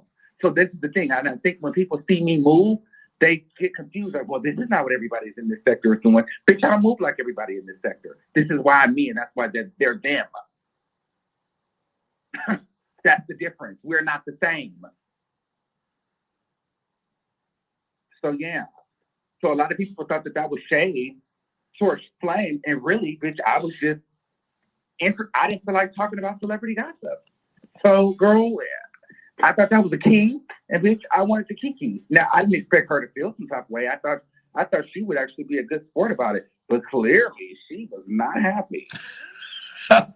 And she said she's not going on that rinky-dink YouTube show. She's going on ABC. Not doing that. She don't even get no views, so I'm not worried about her. But you got to see who she's close to. She's cool with Tasha K, so I'm sure there was a conversation about me at some point. So yeah. All right. Okay. I'm finally done. I think I've addressed it all. Wiley. Okay. Thank you for having me. No problem. No problem. Thank you. Okay. Bye-bye. I'm just seeing some of y'all comments in here. Y'all saying, when is Wiley going to go on the My Wiggins show? When stuff happens, it's going to happen, you guys. Okay. But we doing a show. He's in the title, and he have every right to call in, and we're gonna let him call in and give his side of the story. We got 2 more callers, and I'm gonna give my closing remarks. Okay, wow, it is 10:43. Oh my gosh. Okay, I can do my paper tomorrow. All right, I didn't know it was this late. 5309. 5309. Hello. Hello. Hi, you called back in to the Wiley Show? Yes. So I just wanted to, come out of the bushes really quickly. I am on work, so I'm at work, so sorry, guys. But I just want to say I love Armon. I love Tasha K. I love Wiley. I love Storm Monroe. I don't think that there should be a problem with that. No one should have to choose a side. We are all free to like or dislike who we want. To Armon, there's nothing you can do to make the Tasha K lovers love you. I'm a wino. I'm out the bushes. I'm all of that. You know what I mean? Like, nobody should have to choose. And so, like the person was saying about the caller that was really hyped, I agree. Like, there's no reason to be hyped about people that we don't know, and I just feel like they should, if they can't hash it out, then Tasha K should just stop talking about it. Stop making it a talking point. Stop making cash off of it. Just leave it alone. It seems like he's not worried about you or what you got going on. So, just leave him alone. And like I said, I love everybody. I watch everybody. I'm a fan of everybody because everybody has something different that they bring to the table. So I'm going back in the bushes and back to work. All right. Well, we thank you so very much for calling 90 seconds. All right. Thank you. No problem. 4072. Hello, can you hear me? I can hear you. Yes. Okay, so I just have one point to address. Armand asked, where is the animosity coming from? And the fact that he called OG a monkey, that's the thing that made it disgusting. See, he keeps saying on the call, oh, I just called her ugly. I don't think she's attractive. 60 seconds. Another Black person ugly with the history of Black people in America and everywhere else. That's the problem. And then that same year, you get on live, basically repeating the same thing after you apologize. So I think it wasn't even December 2020. It was December 2019. So for 2 years, I don't even watch him anymore, based on the fact that he apologized and went back on live and said the same thing again after calling another Black woman a monkey. So it's not about saying that you think she's ugly. You called her an animal. That's number one. Number two, this is something that can get a big celebrity canceled. And he acting like he's not doing anything wrong. I follow all these YouTubers. I think they're entertaining. I pay for their Patreon. I subscribe to their membership because guess what? 10 seconds. Think that if I can support another Black person, I will. So I don't think that he's as lighthearted as any other person he mentioned. No, when you call another person a monkey, an animal, at that point, I don't even see you as a decent person anymore. And then you apologize and you go back on your words. That's all I have to say. This is where the animosity is coming from. Well, I thank you so very much for calling back in. But listen, he is a lover of so many Black women. Are you Black? Yeah, I'm definitely black. Okay, you black, Yeah. and you were offended by his comments. You do know he apologized for that, right? Are you aware of that? He repeated the same. That's what I'm trying to tell you. He repeated the same thing in December 2020. His year recap. Sorry, 2019. It was December 2019. It was a year recap. I don't know if he was drunk. He mentioned the year recap and what happened that year. The issue with what's it called with OG, and he repeated the same thing. So like, how can we take you seriously if that basically tells us that you apologize for people? Because you went back on your year recap, December 2019, repeated the same thing, and you said fuck it or something like that. You don't care. You said what you said, like a whole bunch of nonsense. So that was disgusting to me. That's something that gets people canceled. And you're out here in the comments, people about black people, I don't care. But I'm very firm about where I stand. I like everybody, I like every race, but I know that if we don't come together, we're not going to move forward as a race in general. So I know what I'm planning to do in my life. I know what I'm planning to do for my black people. So when I see a comment like that, I can never stand and be like, oh, he's cool like any other YouTuber. He's not. And when the last time you watched Armon Wiggins? I'm just trying to get it clear. You watched him when? December 2019, he was doing his year recap.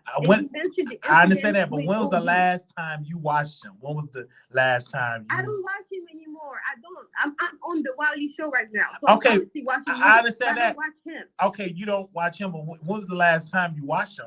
I'm just curious. When was the last time? It's been 2 years, That's what I'm saying. 3 years. 2019 when he did his year recap. Well, he went wow, back really? Really, he have definitely changed ever since that point of view. He have evolved, I think, in his point of view when it comes to that, and he have apologized for that. But I think it's just like a Kevin Hart. How many times can a person apologize for the same thing once they apologize already? How many times? Hearing me out. He repeated the same thing on his live. That's what I think. I was like, okay, he's cool. He's apologized. I'm moving on. And I go on his year recap. He repeated the same thing, and he said fuck off to everybody else that was saying stuff in the comments. Mm-hmm. So he's about what he's about. He did not change to me because he repeated the same thing on his live. Okay. So what is the apology means if you repeat the same thing over? And he said fuck up to anybody that don't that says stuff. So why apologize? Why even address it again? Okay. Well, listen, thank you so very much for calling in, and thank you for your opinion. All right, thank you. All right. Okay, so we did this video, and we knew it was going to evoke emotions. That's what I'm about. Y'all don't really tune in when we talk about other stuff, so don't get mad. Oh, Wiley, why you got Armon Wiggins in the title? We got a name in the title because y'all are watching, all right? Despite what y'all say about this man, y'all are commenting. I have new callers I haven't even heard from in years calling in as well. Oh, he sent me a text. Oh, my gosh. I ain't going to be able to read it because I'm on StreamYard. Hold on. Give me a second. Let me see if I go on StreamYard over here. Give me a second. He said he sent me something. Hold on, you guys. He want to read the text. Hold on. Let me go to StreamYard on the computer. Y'all bear with me. Well, we got some shopping to do tomorrow, so I got to do a direct connect. So bear with me.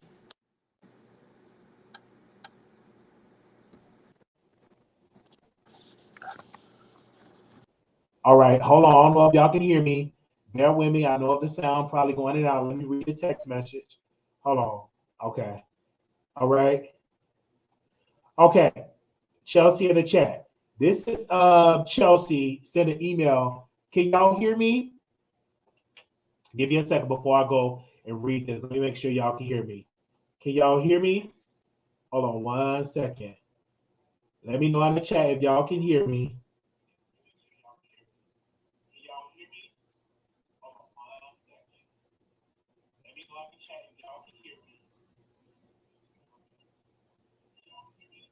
All right, give me a second.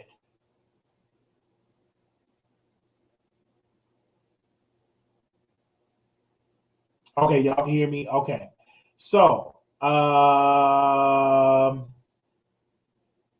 right. I want to read this. This was an email that I received from Armon Wiggins. This is this email that Chelsea sent Armon Wiggins. I'm going to read it. My name is Chelsea, and I'm applying for the position of being your social media manager. I'm a recent college grad with a degree in communication and media arts.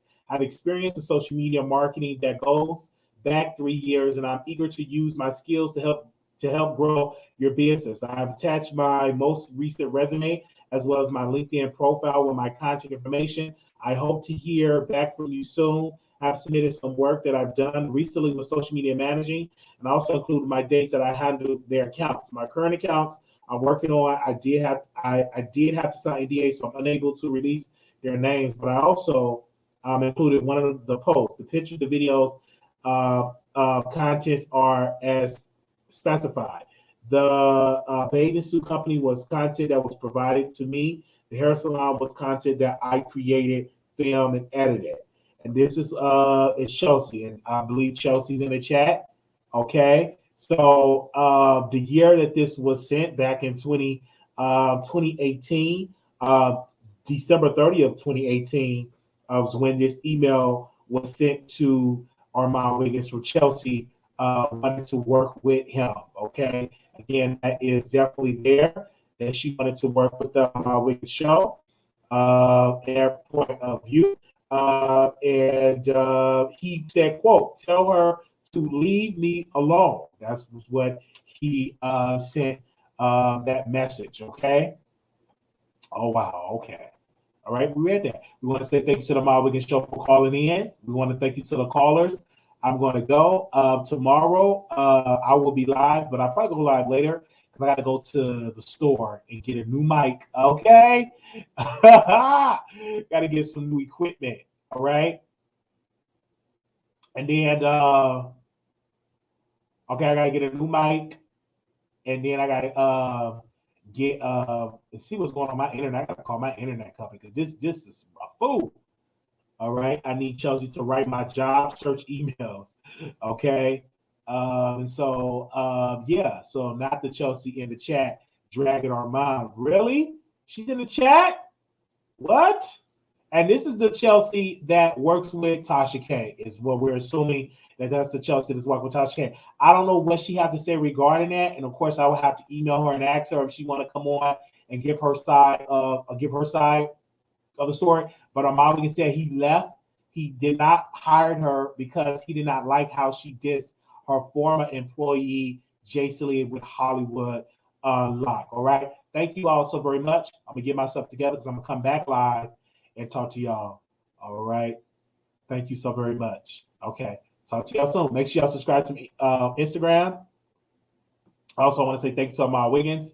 Y'all saying, when is Wiley going to be on the Ahmad Wiggins Show? When it happened, I don't never call into his show. Like I never call into his show. I just never call into his. Usually I catch his live when it's off the air and everything. I would love to meet him. I never met Armon because I think eventually we will meet and stuff like that. And I know some of my followers doesn't like him. That's fine. You have your right to your own opinion. Over here, I don't control how you think.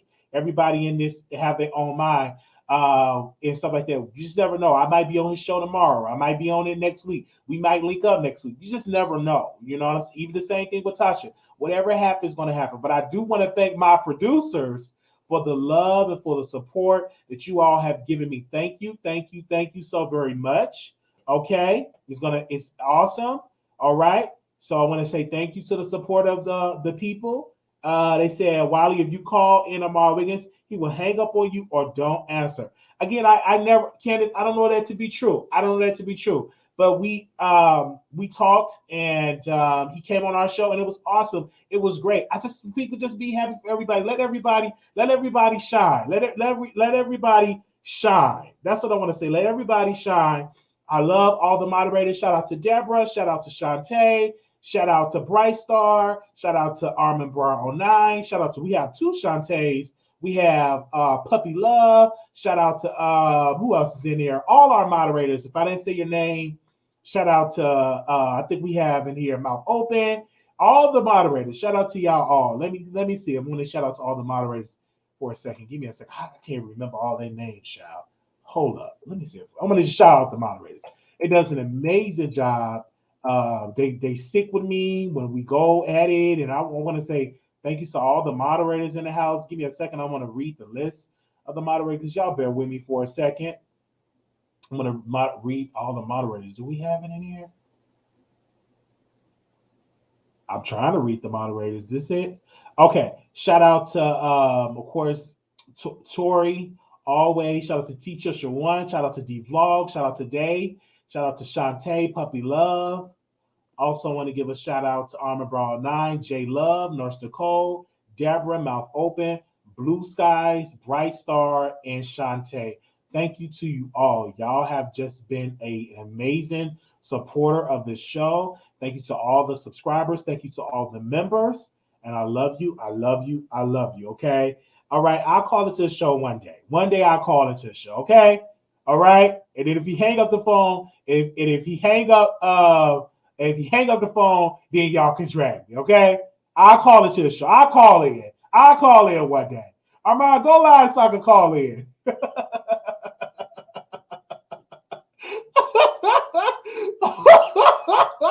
Go live, hit the live button so I can call in. So I can call in and talk to you. These people, they just love division.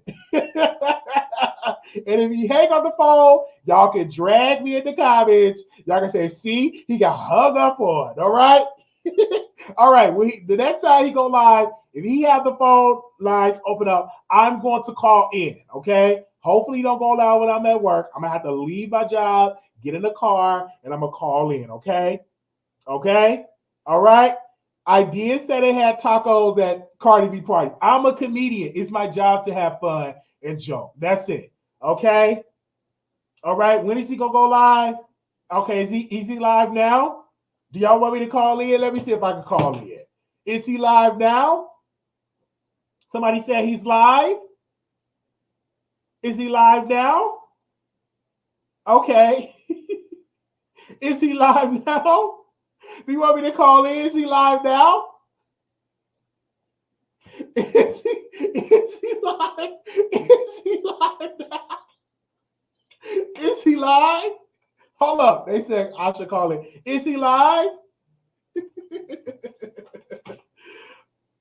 Hello? I'm about to end it. I got this bitch whole resume and her email and everything. She's trying to say it's not her. Oh.